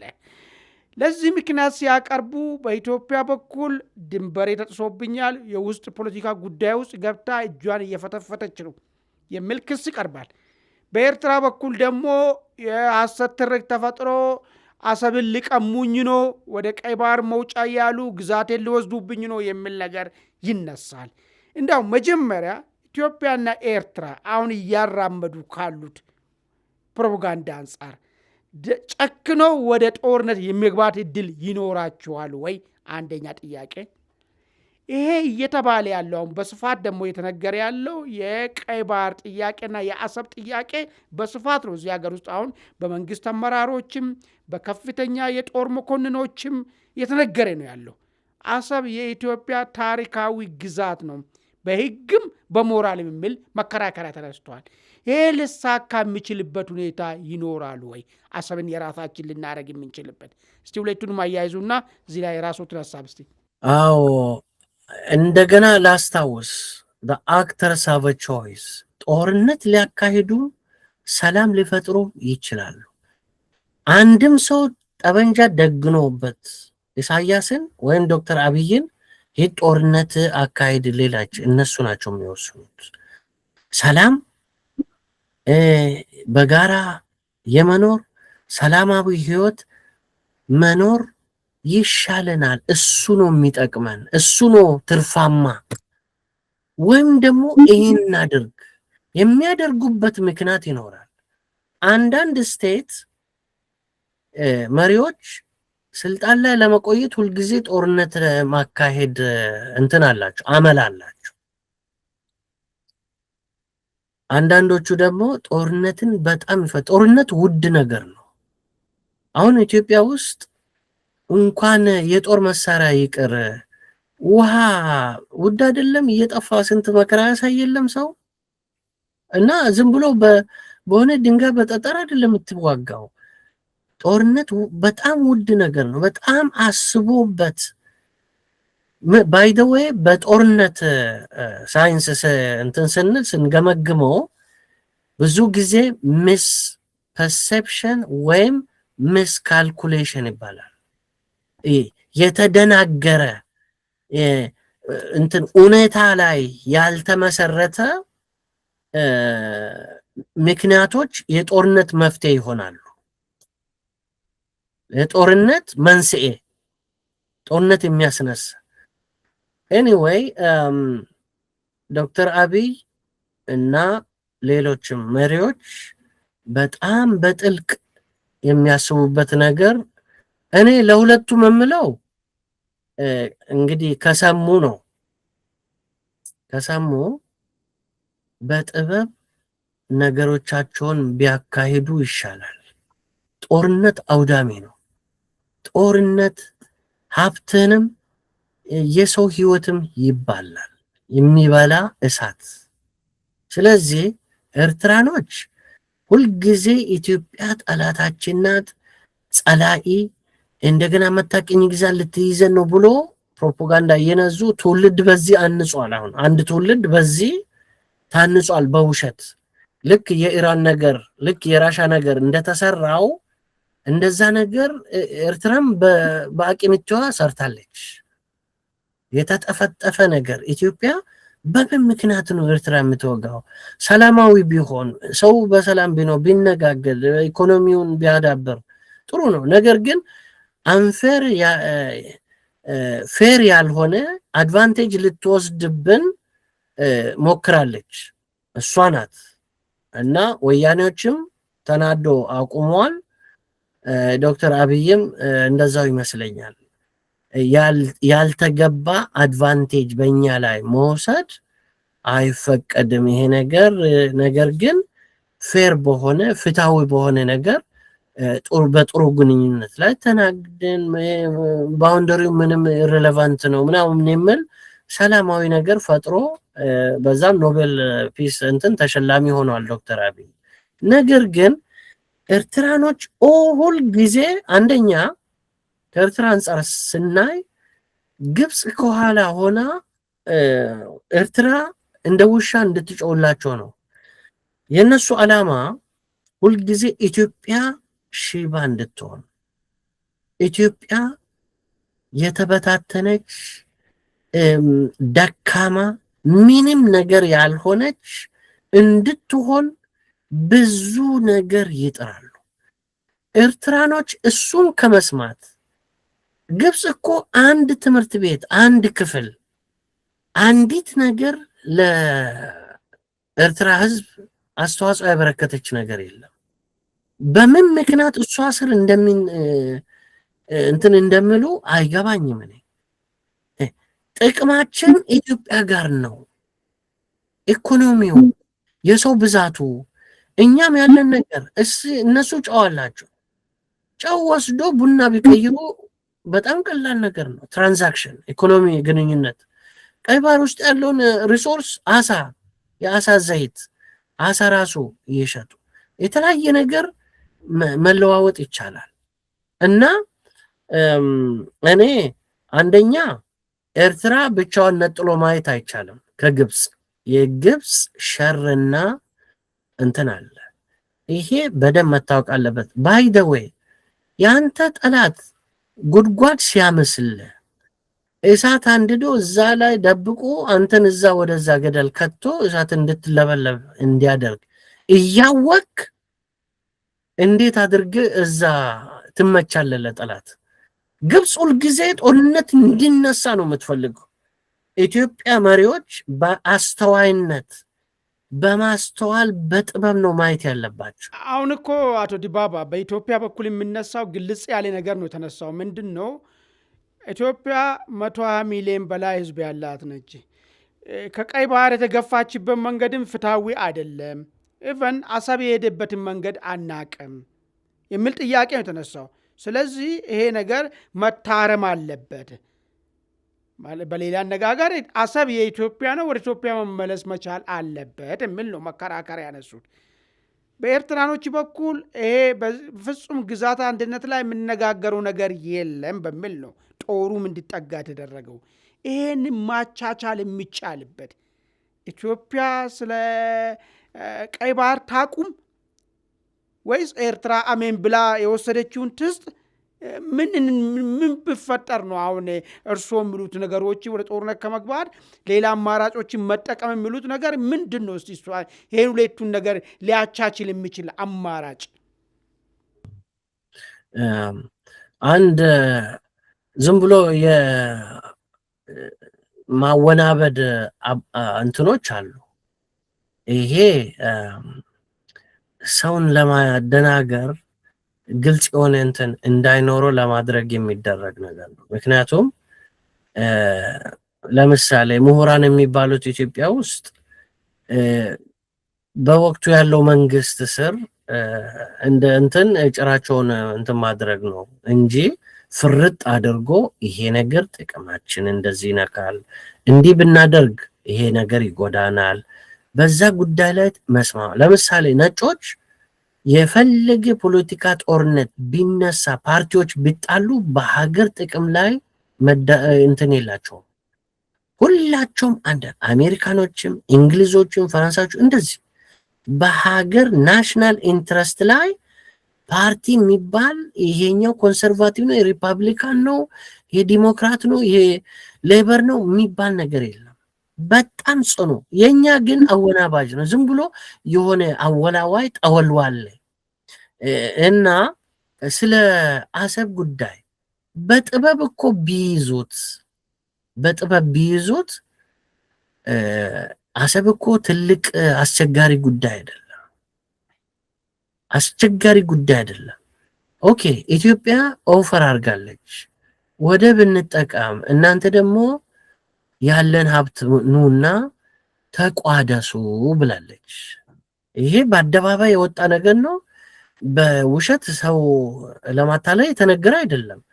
ኤርላይንስም ይሁን አባይ ግድብ እንትን ይሁን ሼር ኑና ካለን ሀብት ተቋደሱ፣ እኛም ደግሞ ካላችሁ ነገር እንቋደስ ሲባል ከኤርትራ ወገን እንዳይስማሙ ግብፅ አንቃቸው ይዛለች።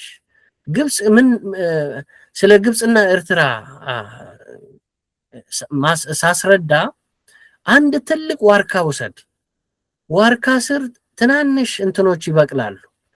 እዛ ዋርካ ስር ሆና ነው ኤርትራ እንደ ባሪያ እያጎነበሰች ኢትዮጵያ ሁልጊዜ በጥርጣሬ ጸላኢ ጠላት። ስለዚህ እነሱ አስተሳሰባቸውን ማይንድ ሴታቸውን ለውጦ አይ ግብፅ ስር ማውደልደል ምንም ጥቅም ሊያመጣም አይችልም፣ ዘላቂ ጥቅም ኢትዮጵያ ጋር ሰላም ሆነን፣ ምክንያቱም ብዙ የምንጋራ ነገር አለ፣ ባህል አለ፣ ቋንቋ አለ፣ ብዙ አኗኗር አለ፣ አለባበስ አለ፣ የምንበላው ምግብ፣ ዘፈኖች፣ ብዙ ነገሮቻችን ከዚህ ጋር ነው የሚሻለን። ከዚህ ከኢትዮጵያ ጋር ብንጣበቅ ብንደመር፣ በዶክተር አብይ ቋንቋ ልናገር፣ ከኢትዮጵያ ጋር ብንደመር ውጤት ያመጣልናል። ኤርትራኖች ኢትዮጵያ መጥቶ ስራ ሊያገኙ ይችላሉ፣ መነገድ ይችላሉ፣ ካለን ሀብት መቋደስ ይችላሉ። አሰብ እዛ ዝም ብለህ ጎልተህ አስቀምጠህ ምን ጥቅም? ከናሽናል ኢንትረስት ምን ያመጣል? ጅቡቲ ከምትወስደው $1 እነሱ ቢወስዱ ምን ያክል ጥቅም ያመጣላቸዋል? እኔ ክሪቲክ ነኝ በኤርትራ በኩል። በኢትዮጵያ በኩል ደግሞ እኔ ክሪቲክ የማነሳው ይሄ ልክ ኢራን ሀገር እስራኤል ትውደም አሜሪካ ትውደም እየተባለ ይሄ እንትን ዝም ብሎ የሚንጫጫ ነገር ሳይሆን በጥበብ ነገሮችን ማየት ምን ጉዳት ያመጣል? ጦርነት ውድ ነገር ነው። ወንድሜ አማኑኤል ስማ፣ የሚሰማኝ ይመስማ። ጦርነት ሰው ማንም ሀገር ፋይናይት የተወሰነ ውስን ነው እንትኑ ያለው አቅም። አሜሪካን ብትሆን ይሄው ታየ፣ እስራኤልን ብትሆን ይሄው። ምንም ነገር ከመንደድ ከመቃጠል እስራኤልን አላዳናትም። ኒውክሌር ይዛ ቴልአቪቭ፣ ኢየሩሳሌም የተለያየ ቦታ እየተቃጠለ ነው። እና የኢትዮጵያ መሪዎች የጦር መሪ ይሁኑ የፖለቲካ መሪ ይሁኑ በጥበብ ነገሮችን ማመዛዘን ካልቻሉ ሌላ ትልቅ ጉዳት አምጥቶ ባይ ዘ ዌይ እንበል አሰብ በጦርነት በጉልበት ተያዘች። ኤርትራኖች ሁል ጊዜ የሚቀጥለው 50 ዓመት 100 ዓመት የሆነ ነገር እያፈነዱ እየመጡ የሆነ ነገር እያበላሹ የሆነ ነገር እየወረወሩ፣ አሁን ደግሞ ቴክኖሎጂ በእንትን ሆኗል። ምንድነው በድሮን የሆነ ቦታ ሩቅ ቦታ ሆኖ ድሮን እየላኩ በቃ ፍዳል ያሳዩ እረፍት ሊነሱ ይችላሉ እንደ ቁንጫ። ስለዚህ ይሄን ማሰብ አለባችሁ። ምክንያቱም ኤርትራ ትልቅ ግዙፍ የጦር እንትን ኖሯት የጦር ፋብሪካ ምን ኖሯት ሳይሆን በቀላል ነገር ኢትዮጵያን ሰላም ልትነሳ እንደ ቁንጫ ብዙ የሚያሳክክ እንደ ራስ ቅማል እንደዛ ልትሆን ትችላለች። ኢትዮጵያ ወቅታ ባታሸንፍም የሆነ ቦታ ሆና በዘመኑ ቴክኖሎጂ ኢትዮጵያን እረፍት ልትነሳ ትችላለች። ስለዚህ ሰስቴነብል አይደል፣ በጥበብ ቢኬድበት ይሻላል። በጥበብ በሌላ መንገድ ለምሳሌ ሌሎች ሀገሮችን ኤርትራን እንዲጎተጉቱ እንዲያስፈራሩ ሳይሆን እንዲጎተጉቱ፣ ኤርትራ ጥቅሟ ከኛ ጋር ነው፣ ትምጣ ይምጡና ካለን ሀብት ይቋደሱ፣ እኛ ደግሞ ያለውን ዝም ብሎ የተቀመጠውን ነገር እንቋደስ በጋራ የሚል ማይንድሴት በጥበብ ሲኬድ አመከብሊ በጥሩ ሁኔታ በጨዋ መንገድ ነገሮቻቸውን እልባት ማስገኘት ይችላል። ወደ ጦርነት መሄድ ብዙ ክሳራ አለው፣ ብዙ ውድመት አለው። ምክንያቱም ጦር መሳሪያ ፋይናይት ነው። እያመረትን አይደለም እኛ ሚሳይል እያመረትን አይደለም ምንም ነገር። በጣም ጥሩ። ወደሚቀጥለው ጥያቄ አቶ ዲባባ፣ የሚቀጥለው ጥያቄ እንግዲህ ሰዓታችንም እየሄደ ስለሆነ የዛሬ 7 ዓመት እንግዲህ በዚህ ሀገር ውስጥ ለውጥ መጥቷል፣ ስርዓት ለውጥ ተካሂዷል። ይህን ለውጥን በተመለከተ ዛሬም ቢሆን የፖለቲካ ኃይሎች መካከል አንድ የጋራ መግባባት አልተፈጠረም። መንግስት ለውጡ ቀጥሎበታል፣ አገሪቷም ወደ ብልጽግና ጎዳና ማሻገሩን ይገልጻል። የዲሞክራሲ ስርዓት ግንባታም ተጠናክሮ መቀጠሉንም ይናገራል በመንግስት በኩል ያለው። ሌሎች ፖለቲካ ኃይሎች ደግሞ ለውጥ ሳይሆን ነውጥ ነው የመጣው፣ ነውጡም ውጤቱ በጣም በየአካባቢው እንደ አሸን የፈላ የነፃነት ታጋይን እንዲፈልቅ አድርጓል፣ በሰላም ወጥቶ መግባት የማይቻልበት ደረጃ ላይ አድርሶታል ስሉ ይከራከራሉ።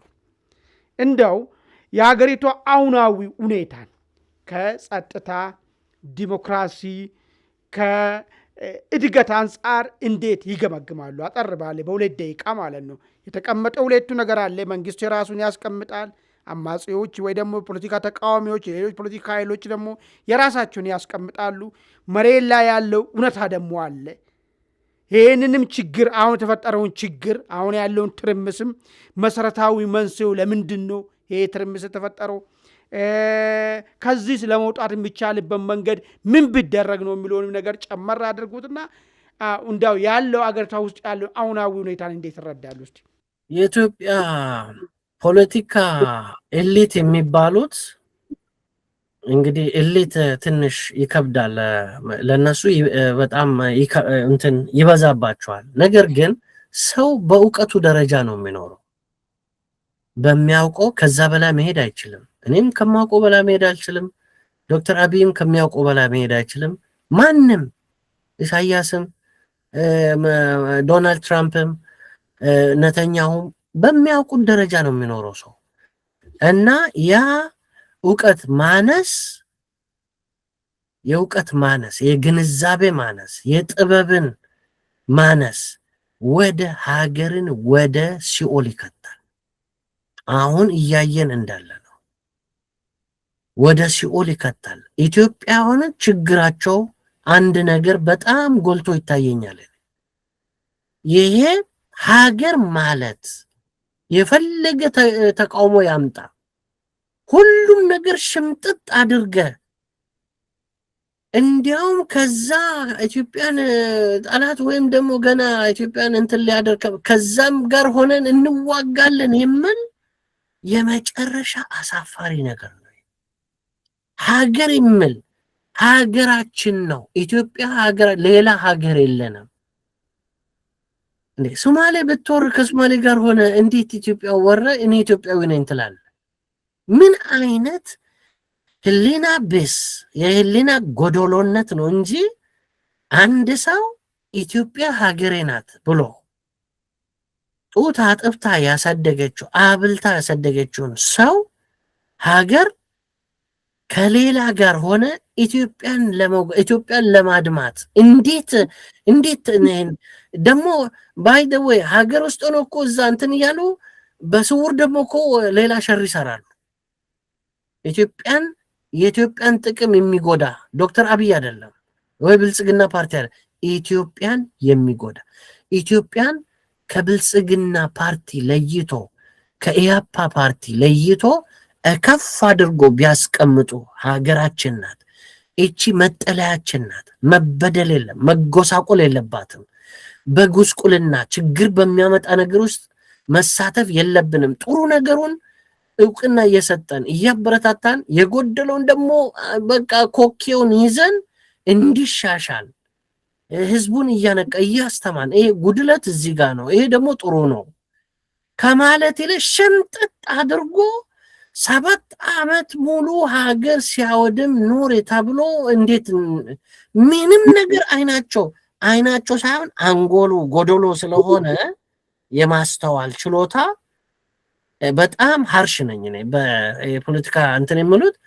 አሁን ይሄ ክርክር ላይ ቁጭ ብዬ ሳስብ እኔ የ5 ዓመት ልጅ የማስተምር 5 ዓመት ልጅ ከነዚህ የበለጠ አርቲኩሌት ያደርግ እንዴት አድርጎ እንኳን ሀገር ቀበሌ መምራት የማይችሉ ሰዎች ወጥቶ ምንም ነገር በጣም ከረር ያለ ጥያቄ ሲቀርብላቸው በቃ ኮንፊውዝድ የሆነ ነገር እያወናበዱ እያምታቱ ምስኪኖች ግልጥ ያለ የኢትዮጵያ ናሽናል ኢንትረስት ይሄ ነው፣ የዛሬ መንግስት ይሄን እያደረገ ነው፣ ይሄን አላደረገ። ስለዚህ የጎደሉ ለመሙላት ተፋልመን እድላችን ተጠቅመን አስገድደን ዲሞክራሲ በልመና አይደለም የምታገኘው። እየቀረብክ ነገሮችን እያሻሻልክ ህዝብን እያነቃ ጥሩ ነገሮችን እያጎላ ጉድለቱን እያሳየ ሀገር እንዳትጎዳ ደግሞ እየተጠነቀቅ ፉክክር ታደርጋል። ኢትዮጵያ ፖለቲካ ዛሬ በሙሉ የህሊና ጎደሎ ነው የሚያሳይ። እኔ እንኳን ሀገር ለመምራት አሁን ይሄ እንትን ውስጥ ያዩዋቸው እንዴ በስመ ተቃዋሚነት እንዴት ነው እንዴት ምንም ነገር ሳታዘጋጅ ወይ ቂጣ ወይ የስንዴ ዳቦ ወይ የገብስ እንትን ምንም ሳታቀርብ ሙልጭ ብለህ በቃ ሰተት ብለህ ቤተ መንግስት ቁጭ ብለህ ማን መጥቶ ሊሰራለት ነው? መልአክ እነ ገብርኤልና ሚካኤል መጥቶ ለኢትዮጵያ ፖሊሲ ሊያወጡላቸው ነው? እነሱ የተጣራ በኢኮኖሚ ይሄን አድርገን ይሄን እናሻሽላለን፣ ይሄ ደግሞ በዚህ መንገድ ስራ ላይ እናውላለን። ፖሊሲ ሁለት ነገር አለ። አንዱ አላማ፣ ሁለተኛው ፕሮሰስ።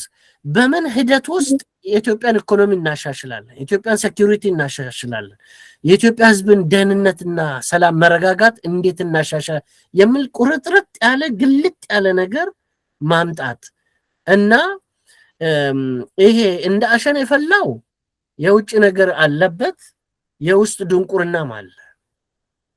ለምሳሌ ለሀገራችን የአማራን ህዝብ እናድናለን ብሎ አሁን እንትን ፍዳ የሚያሳዩት የአማራን ህዝብ ፍዳ ነው፣ ናይትሜር ነው የሆኑት። በተጻራሪው እንዲጎሳቆል አይምሮ ጎዶሎ ካልሆነ በስተቀር ህዝብ እንዲጎሳቀል ብለ እንዴት ትግል ታካሂዳለህ? ምን ማለት ነው ይሄ? የሚታይ ነገር እኔ ዝም ብሎ ለስመ ክሪቲክ አይደለም፣ ለትችት አይደለም። እንዴት ቤትን እያፈረስክ ቤት እየሰራው ነው ትላል? ሰው ሲያየ ቦሎኬቱንም እያፈረስክ ጣራውንም እያፈረስክ ግድግዳውን እያፈረስክ ቤት እየሰራው እንዴት? ምን አይነት ጅል፣ ምን አይነት አለ አስተዋይነት ነው ይሄ? ምን አለበት የአማራ ህዝብ ችግሩ በሰላም ቀርበን ይሄ መንግስት ፑሽ አድርገን ፕሬሸር ፈጥረን ይሄ ችግር እንዲፈታ እናድርግ። አሁን ከዚህ ጦርነት የአማራ ህዝብ ምንድነው ያተረፈው? ስንት ጉዳት ነው የመጣበት? ብዙ ጉዳት ከመድኃኒት አንጻር እየው፣ ትምህርት ቤት እየው፣ ትውልድን የሚያወድም ስንት 4 ሚሊዮን የሚሆን ትምህርት ቤት የማይሄድበት ምን አይነት አይምሮ ቤዝ ኤሌመንተሪ የሆነ ፖለቲካ ፎርጌት አንዲት አርቲክል አንብቦ የተረዱ እዛ ውስጥ ያለ አይመስለኝም። ግን እኮ እነሱ ምን ይላሉ መሰሉት አቶ ዲባባ፣ እኛ መሳሪያ ይዘን ባንወጣ ኑሮ አማራ ከምድረ ገጽ ይጠፋል። አሁን ሚኒመም የመጥፋቱን ነገር ሆልድ አርገኗል። እኛ በመሳሪያ ትግል ሳልጀመርንበት ሰዓት በጅምላ ይጨፍጨፍ ነበረ ብሎ ምክንያታቸውን አሁን ያደረጉትን ነገር ልክ መሆናቸውን ይከራከራሉ። ከሱ አንጻርስ እንዴት ያሉ? እውነት ህሊና ያለው ሰው መንግስት ጦር አሰማርቶ በሰላም እርሻውን የሚያርስ ከህይወት ጋር የሚታገለውን በመድፍና በድሮን በታንክ ይደበድባል ተብሎ እንዴት ማን ነው ከምድረ ገጽ ላይ የሚያጠፋው? የኦሮሞ ታጋዮች እንዴት ነው እስካሁን አልጠፋም? ታዲያ እነሱ ናቸው የተከላከሉት። ስንት ሚሊዮን አማራ የለም እንደ ኦሮሚያ ውስጥ? ምን ተደረገ? የት ቦታ ነው 1000 ሰው እዚህ ቦታ ተገደለ ተብሎ የሚነገር አማራ ተለይቶ አለ? ይሄ ሁሉ ጊዜ ማን ከልክሎ ነው?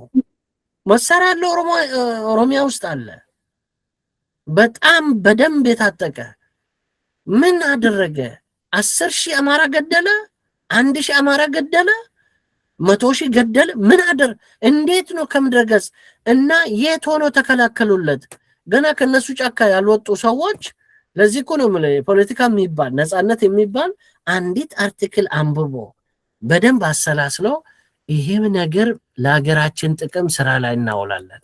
what it means to be free, what it means to have a dignity፣ ክብር፣ ነፃነት፣ መብት ይሄን ቢገነዘቡ ከውድመት ይልቅ እንደምንም አድርገን በሰላማዊ መንገድ ህዝብን እየቀሰቀስን እያስተማርን መንግስትም እየጎተጎትን እየቀረብ ጥሩ ነገሩን እያጎላን ጥሩ ይሄን አድርገሃል ይሄን አስተካክል እያል እና እንክፋው ኮኬውን ይዘን አስገድደን የተሻለ ነገር እንዲያደርግ የበለጠ ነገር እንዲያደርግ አሁን በጦርነት ላይ የፈሰሰው ሀብት ወደ ልማት ላይ ቢፈስ ስንት ነገር ይሻሻል ነበር። አማራ ክልል ውስጥ ሌላስ ቦታ ስንት ሆስፒታል ይሰራ ነበር፣ ስንት ሃይ ስኩል፣ ስንት ትምህርት ቤት ክሊኒክ ይሰራ ነበር፣ ስንት ኪሎ ሜትር መንገድ አስፋልት ይሰራ ነበር።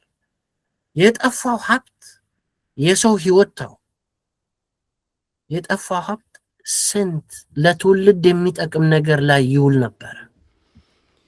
እንግዲህ መልካም ከዚሁ ጋር ተያይዞ የውሃት ጉዳይም አለ፣ እስካሁንም አልተቋጭም። እንግዲህ የቲፒኤልኤፍ ጉዳይ አሁንም ጊዜያዊ አስተዳደሩና ፌዴራል መንግስቱ ግንኙነቱን አቋርጧል።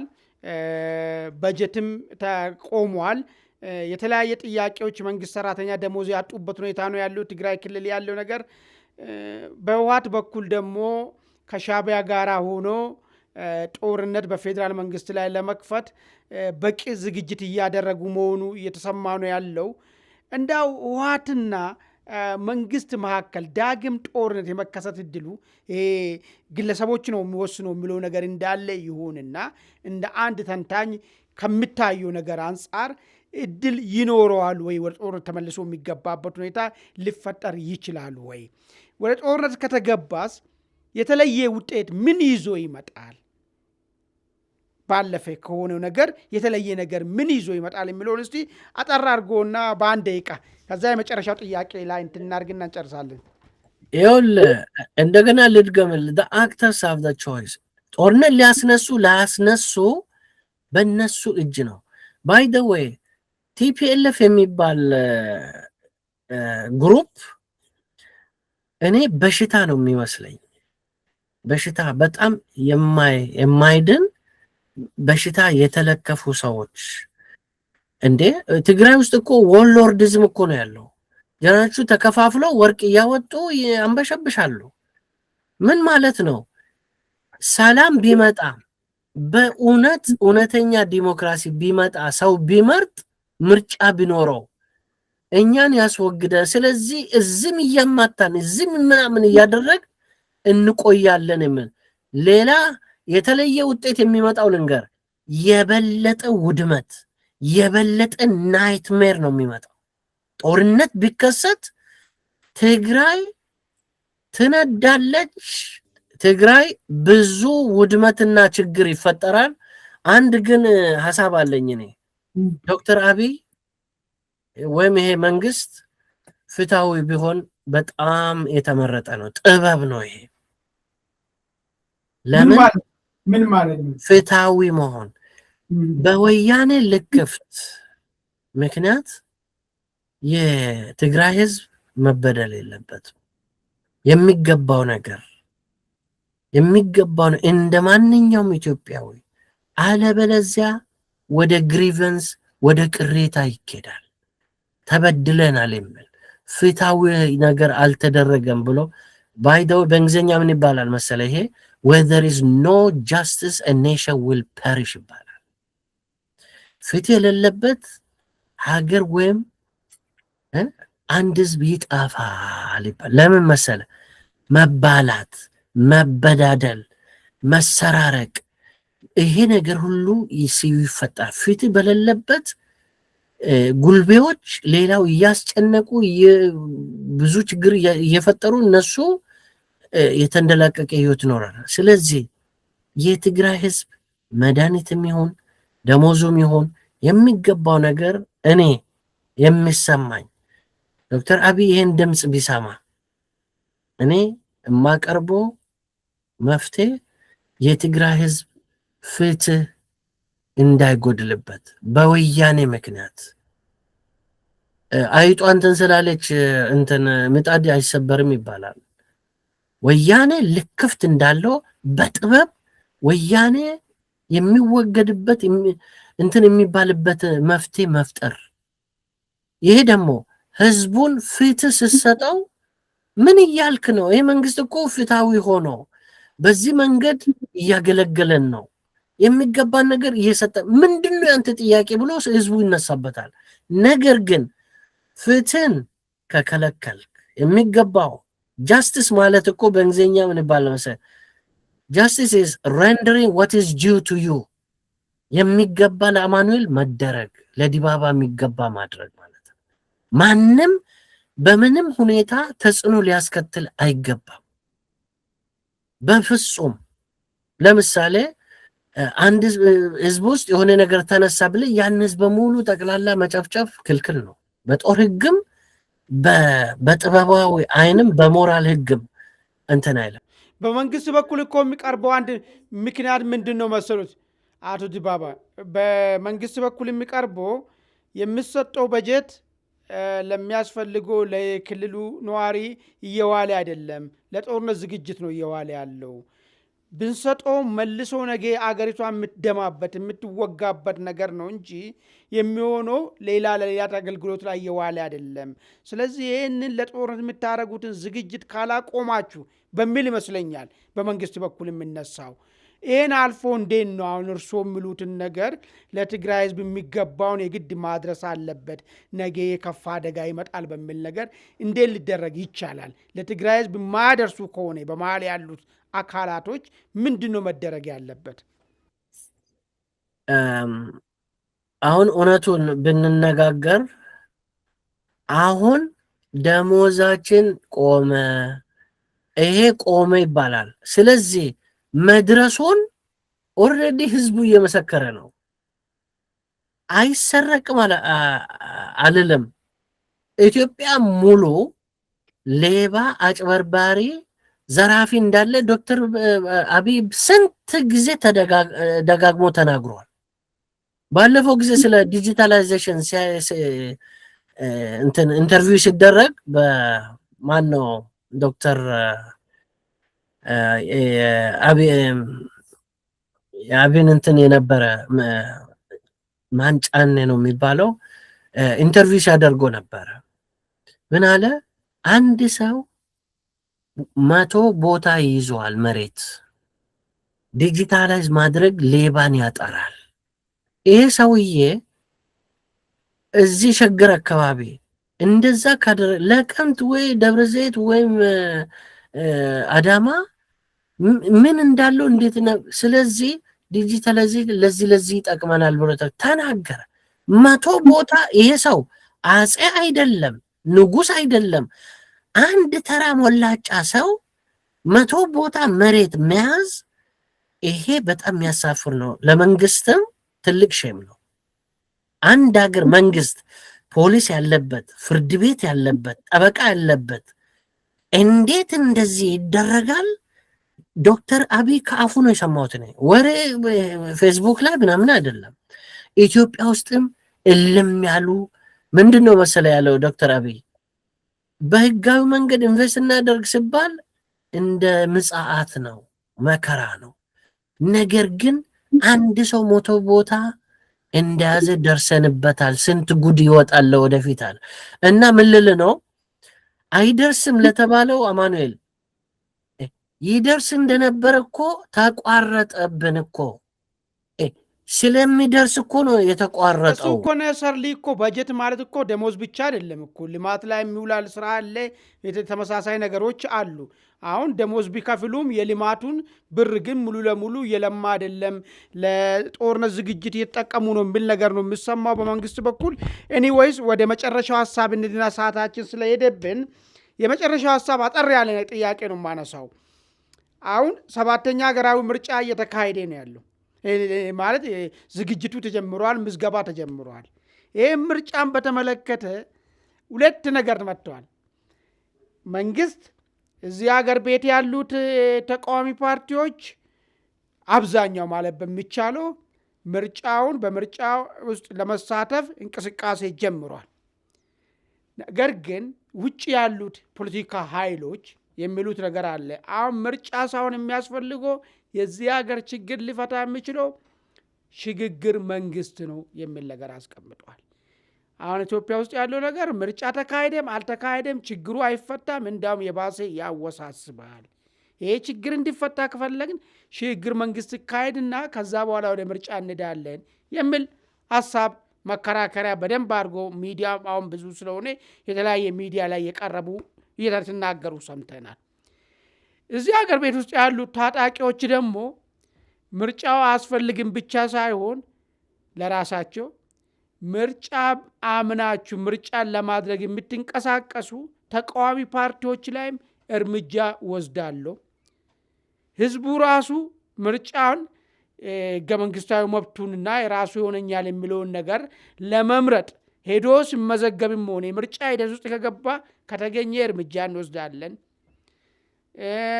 ሌሎች ማንኛውም የሲቪል ሰርቪስም ሊሆን ይችላል፣ የማህበረሰብ ተወካዮች ሊሆኑ ይችላሉ። ይህን ምርጫ ሂደትን ለማሳለጥ እዛ ሂደት ውስጥ የገቡ ሰዎች በዚህ ሂደት ውስጥ የሚቀጥሉ ከሆነ እርምጃ እንወስዳለን የሚል መመሪያ ወጥተዋል። እንዳው ጠቅለል ባለ ሁኔታ ምናልባት አቶ ዲባባ ምርጫ በሙሳት መደረጉ የኢትዮጵያን ችግር ይፈታል ወይስ እውነት ሽግግር መንግስት ነው ይፈታል? ባጭሩ እነዚህ ታጣቂዎች ያስቀመጡትን ከምን አንጻር አዩት? እዛ በዚሁ እናጠቃለል። አሁንም ልድገምልህ፣ the actors of the choice መሪዎች ይወስናል። ይሄ ምርጫ ፍትሃዊ ነፃ የማድረግ ያለማድረግ ውሳኔያቸው ይወስናል። እሺ ይሄ ከመንግስት አንጻር ነው የምናገረው። ተቃዋሚዎች በዚህ ሽግግር ሙጥኝ ያሉበት ምክንያት ህዝባቸውን አስተምሮ አሳምነው አይ እኛ ይሄ ፓርቲ ይሻለናል ብሎ ድጋፍ የማግኘት እንትን አላመጡም። ገለባ ሲዘሩ ነው ማየው። አንድ ሰው ገለባ ዘርቶ ስንት ጎተራ እህል እሰበስባለሁ ካለ ራቆቱን ጥሎ ጭንቅላቱ በጣም በክፉኛ ታሟል ማለት። መንቀሳቀስ የማይቻልም እኮ ነው እያሉት አሉ እኮ እነዚህ ተቃዋሚዎች እኮ ተንቀሳቅሰን አባላት እያፈራን ዓላማችንን ለማስረድተን ምርጫው ላይ ኢፌክቲቭ ለመሳተፍ የሚያመች እንቅስቃሴ የለም፣ የሴኩሪቲ ችግር አለ። እንዳውም አንዱ ድርጅት ምንድን ነው ያለው? ኦፊኮ የሚባሉን ፕሮፌሰር መራራ ድርጅት በቃ ሰላም ያለው አዲስ አበባ ላይ ስለሆነ አዲስ አበባ ላይ ነው የምወዳደረው፣ ከአዲስ አበባ ውጭ መሄድ አልችልም፣ ብሄድ አባላቶቼ ሊገደሉ ይችላሉ በታጣቂዎች፣ ብዙ ችግር ሊገጥመኝ ይችላል የሚል ነገር ነው ያስቀመጠው። ምናልባት ከነሱ ችግር ብቻ ሳይሆን ቅድም አንስቼ ነበር ያለውን ሴኩሪቲ ችግሩንም ጭምር እስከነ መፍትሄው የሚል ቅድም አንስቼ ያዋለፍ ነው። ኤኒዌይዝ ያስ ታሳቢ አይደረግም ወይ? ምን አለ መሰለ በመፍትሄ አእምሮ የተሞላ ሰው ዘዬ ይፈጥራል። አሁን ካለው ጦሩንም ኢኮኖሚ ሁሉም ነገር ያዘው ጋር ብንተባበር የተሻለ አትሞስፌር መፍጠር ይቻላል የሚል እምነት የላቸውም።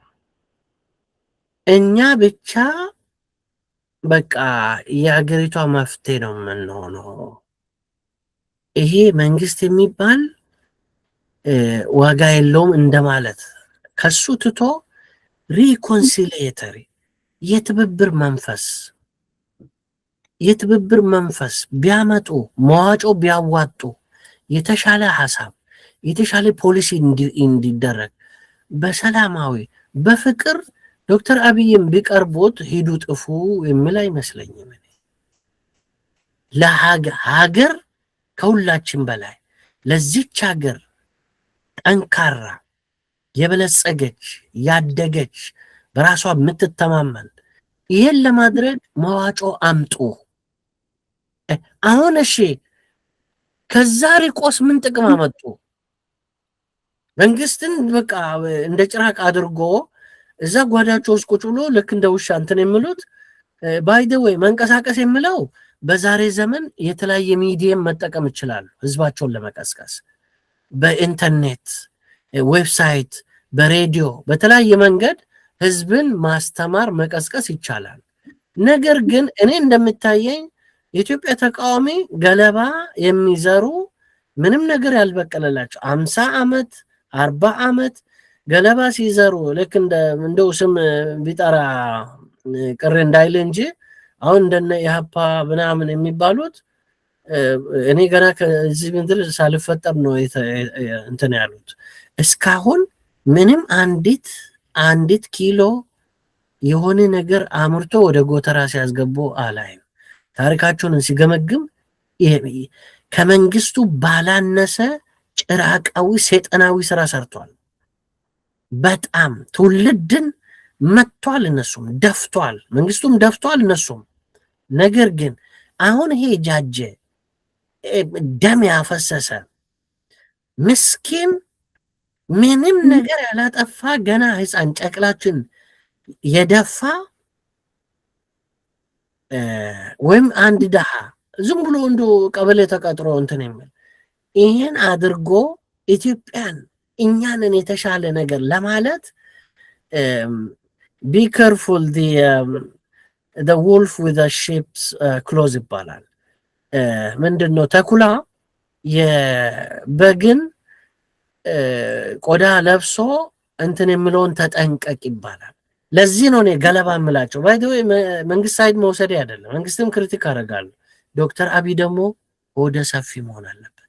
አምጡ መዋጮ በአደባባይ አምጡ፣ አዋጅ ያውጣ፣ አምጡ አዋጅ፣ የተሻለ ኢኮኖሚ በዚህ መንገድ ነው የምትሉ አምጡ፣ እንጭመቀውና ለኢትዮጵያ ታላቅነት፣ ለኢትዮጵያ ጥንካሬ፣ ለኢትዮጵያ ብልጽግና እናውለው።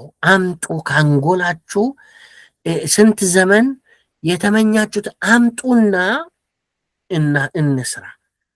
ከዛ በኋላ መቀራረብ ሲመጣ፣ ጠላትነት እየተወገደ ሲሄድ፣ መተማመን ሲመጣ አብሮ ጤናማ ፉክክር ውስጥ ይገባሉ። እኔ እመታለሁ፣ አንተ እመታለሁ፣ አንተ አጥፋለሁ ሳይሆን በዚህ መንገድ በማዋጮ መንገድ ቢመጡ ቢቀራረቡ፣ ዶክተር አብይም ከዛ እየወሰደ የተሻለ ሀሳብ ለትምህርት፣ ለኢኮኖሚ፣ ለትራንስፖርቴሽን፣ ለኢንፍራስትራክቸር፣ ለግብርና አምጡ፣ አዋጡ። በአደባባይ የማመጣው ይዋረዳል ማለት። ምክንያቱም የሚያዋጡት ነገር የሌላቸው ሁለት ሰው ሶስት ሰው ሆኖ ፓርቲ ነን ብሎ የሚያጨበረብሩት ይጋለጣሉ። ዶክተር አብይ በቀላሉ እነዚህን ሰዎች እንደ አመድ ብሎ እንትን ማድረግ ይችላል። አምጡ። ታዲያ ለኢትዮጵያ ምን ልታደርጉ ነው? አምጡ እያልኳችሁ ነው። እቀበላችኋለሁ፣ አከብራችኋለሁ። ለኢትዮጵያ ታላቅነት የሚያጣላን ነገር የለም። የኔ ጉዳይ የኔ ማሳ። አሁን ዶክተር አብይ የሚሰራው ነገር እዛ ላይ 1000 ዓመት እንትልል ነው የሚሰራው። ይሄ የሚያደርገው ነገር ለራሱ በቃ ወይ እንደ ብርድ ልብስ ጠቅልሎ እንደ ሸሚዝ ለብሶ ሊሄድ ነው እንደ መንገድ የሚያሻሽል ይሄ የገማ ነገር የተሻለ ነገር እንዲደረግ የሚያደርገው አትሊስት ጥሩ ነገር አክኖሌጅ ማድረግ። ነገር ግን ዶክተር አብይ አንድ ስህተት ሊሰራ የሚችለው የነገርኩ መዋጮ አምጡ። ይሄ መዋጮ ሰውን ያቀራርባል፣ ከጠላትነት ከጥርጣሬ እንዳጥና ድመት ከመሆን ወደ ሰውኛ ያመጣል። ለኢትዮጵያ ታላቅነት እንዴት ያጣላል? ምን አምጣ እንዴ! እኔ ዶክተር አብይ ሆደ ሰፊ ሆነ በጥበብ አምጡ። ሲመጣ ደግሞ ምን ይፈጠራል? መተማመን፣ በመተማመን ከዛ በጥሩ መንፈስ በጠላትነት እኔ ከመጣው አስወግዳለሁ፣ እኔ እንዲህ ያደርጋለሁ ከመባባል ወደ ህዝብ ይሄዳሉ። በጥሩ መንፈስ ይሄዱና እኔ ይሄንን አዘጋጅቻለሁ፣ የኔ ጩምቦ ወይ ዳቦ ወይ ዳቤ ይሄ ነው፣ ያኛው ደግሞ ይሄን ነው ያለኝ ከዛ ህዝቡ ያይና እኔ ዳቤ ይሻለኛል ወይ ኬክ ይሻለኛል ወይ ቂጣ ይሻለኛል ወይ ጮምቦ ይሻለኛል የሆነ ነገር የቀረበለት ምርጫን ትቆ ምረጥ ማለት ነው። ለምሳሌ ኬክ ታስቀምጣለህ። ኬክም ቢሆን የስትሮበሪ ኬክ፣ የቺዝ ኬክ፣ የካሮት ኬክ ምናምን ከዛ ውስጥ ትመርጣለህ እና አሁን ስለ ጠላትነት ብቻ እያሰቡ ህዝብ እንዴት አድርጎ ይመጣል እንደዚህ አይነትን? መልካም እንግዲህ አቶ ዲባባ ምናልባት ያው ጊዜም ስለሚገደን እዚሁ ጋር እናቁምና በሌላ ጊዜ በተለየ አጀንዳ ላይ እንገናኛለን። እንግዲህ ምናልባት በዛሬው ፍቃደኛ ሆኖ ይህንን ቃለ መጠየቅ ከኔ ጋር ስላደረጉ በሚዲያችን በአንድ አፍታ ስም እጅግ በጣም አድርጌ አመሰግኖታለሁ። በሌላ ጊዜ ደግሞ በሌላ ጉዳይ ወቅታዊ ጉዳዮች ላይ እንደዚሁ ቀርበን ተገናኝተን የምንወያይ የምንሞግት ይሆናል። እንግዲህ ውድ አድማጭ ተመልካቾቻችን የዛሬውን የአንድ አፍታ ሞጋች እዚህ ላይ ያጠቃልናል። ከቀሪው የአንድ አፍታ ዝግጅት ጋራ መልካም ቆይታ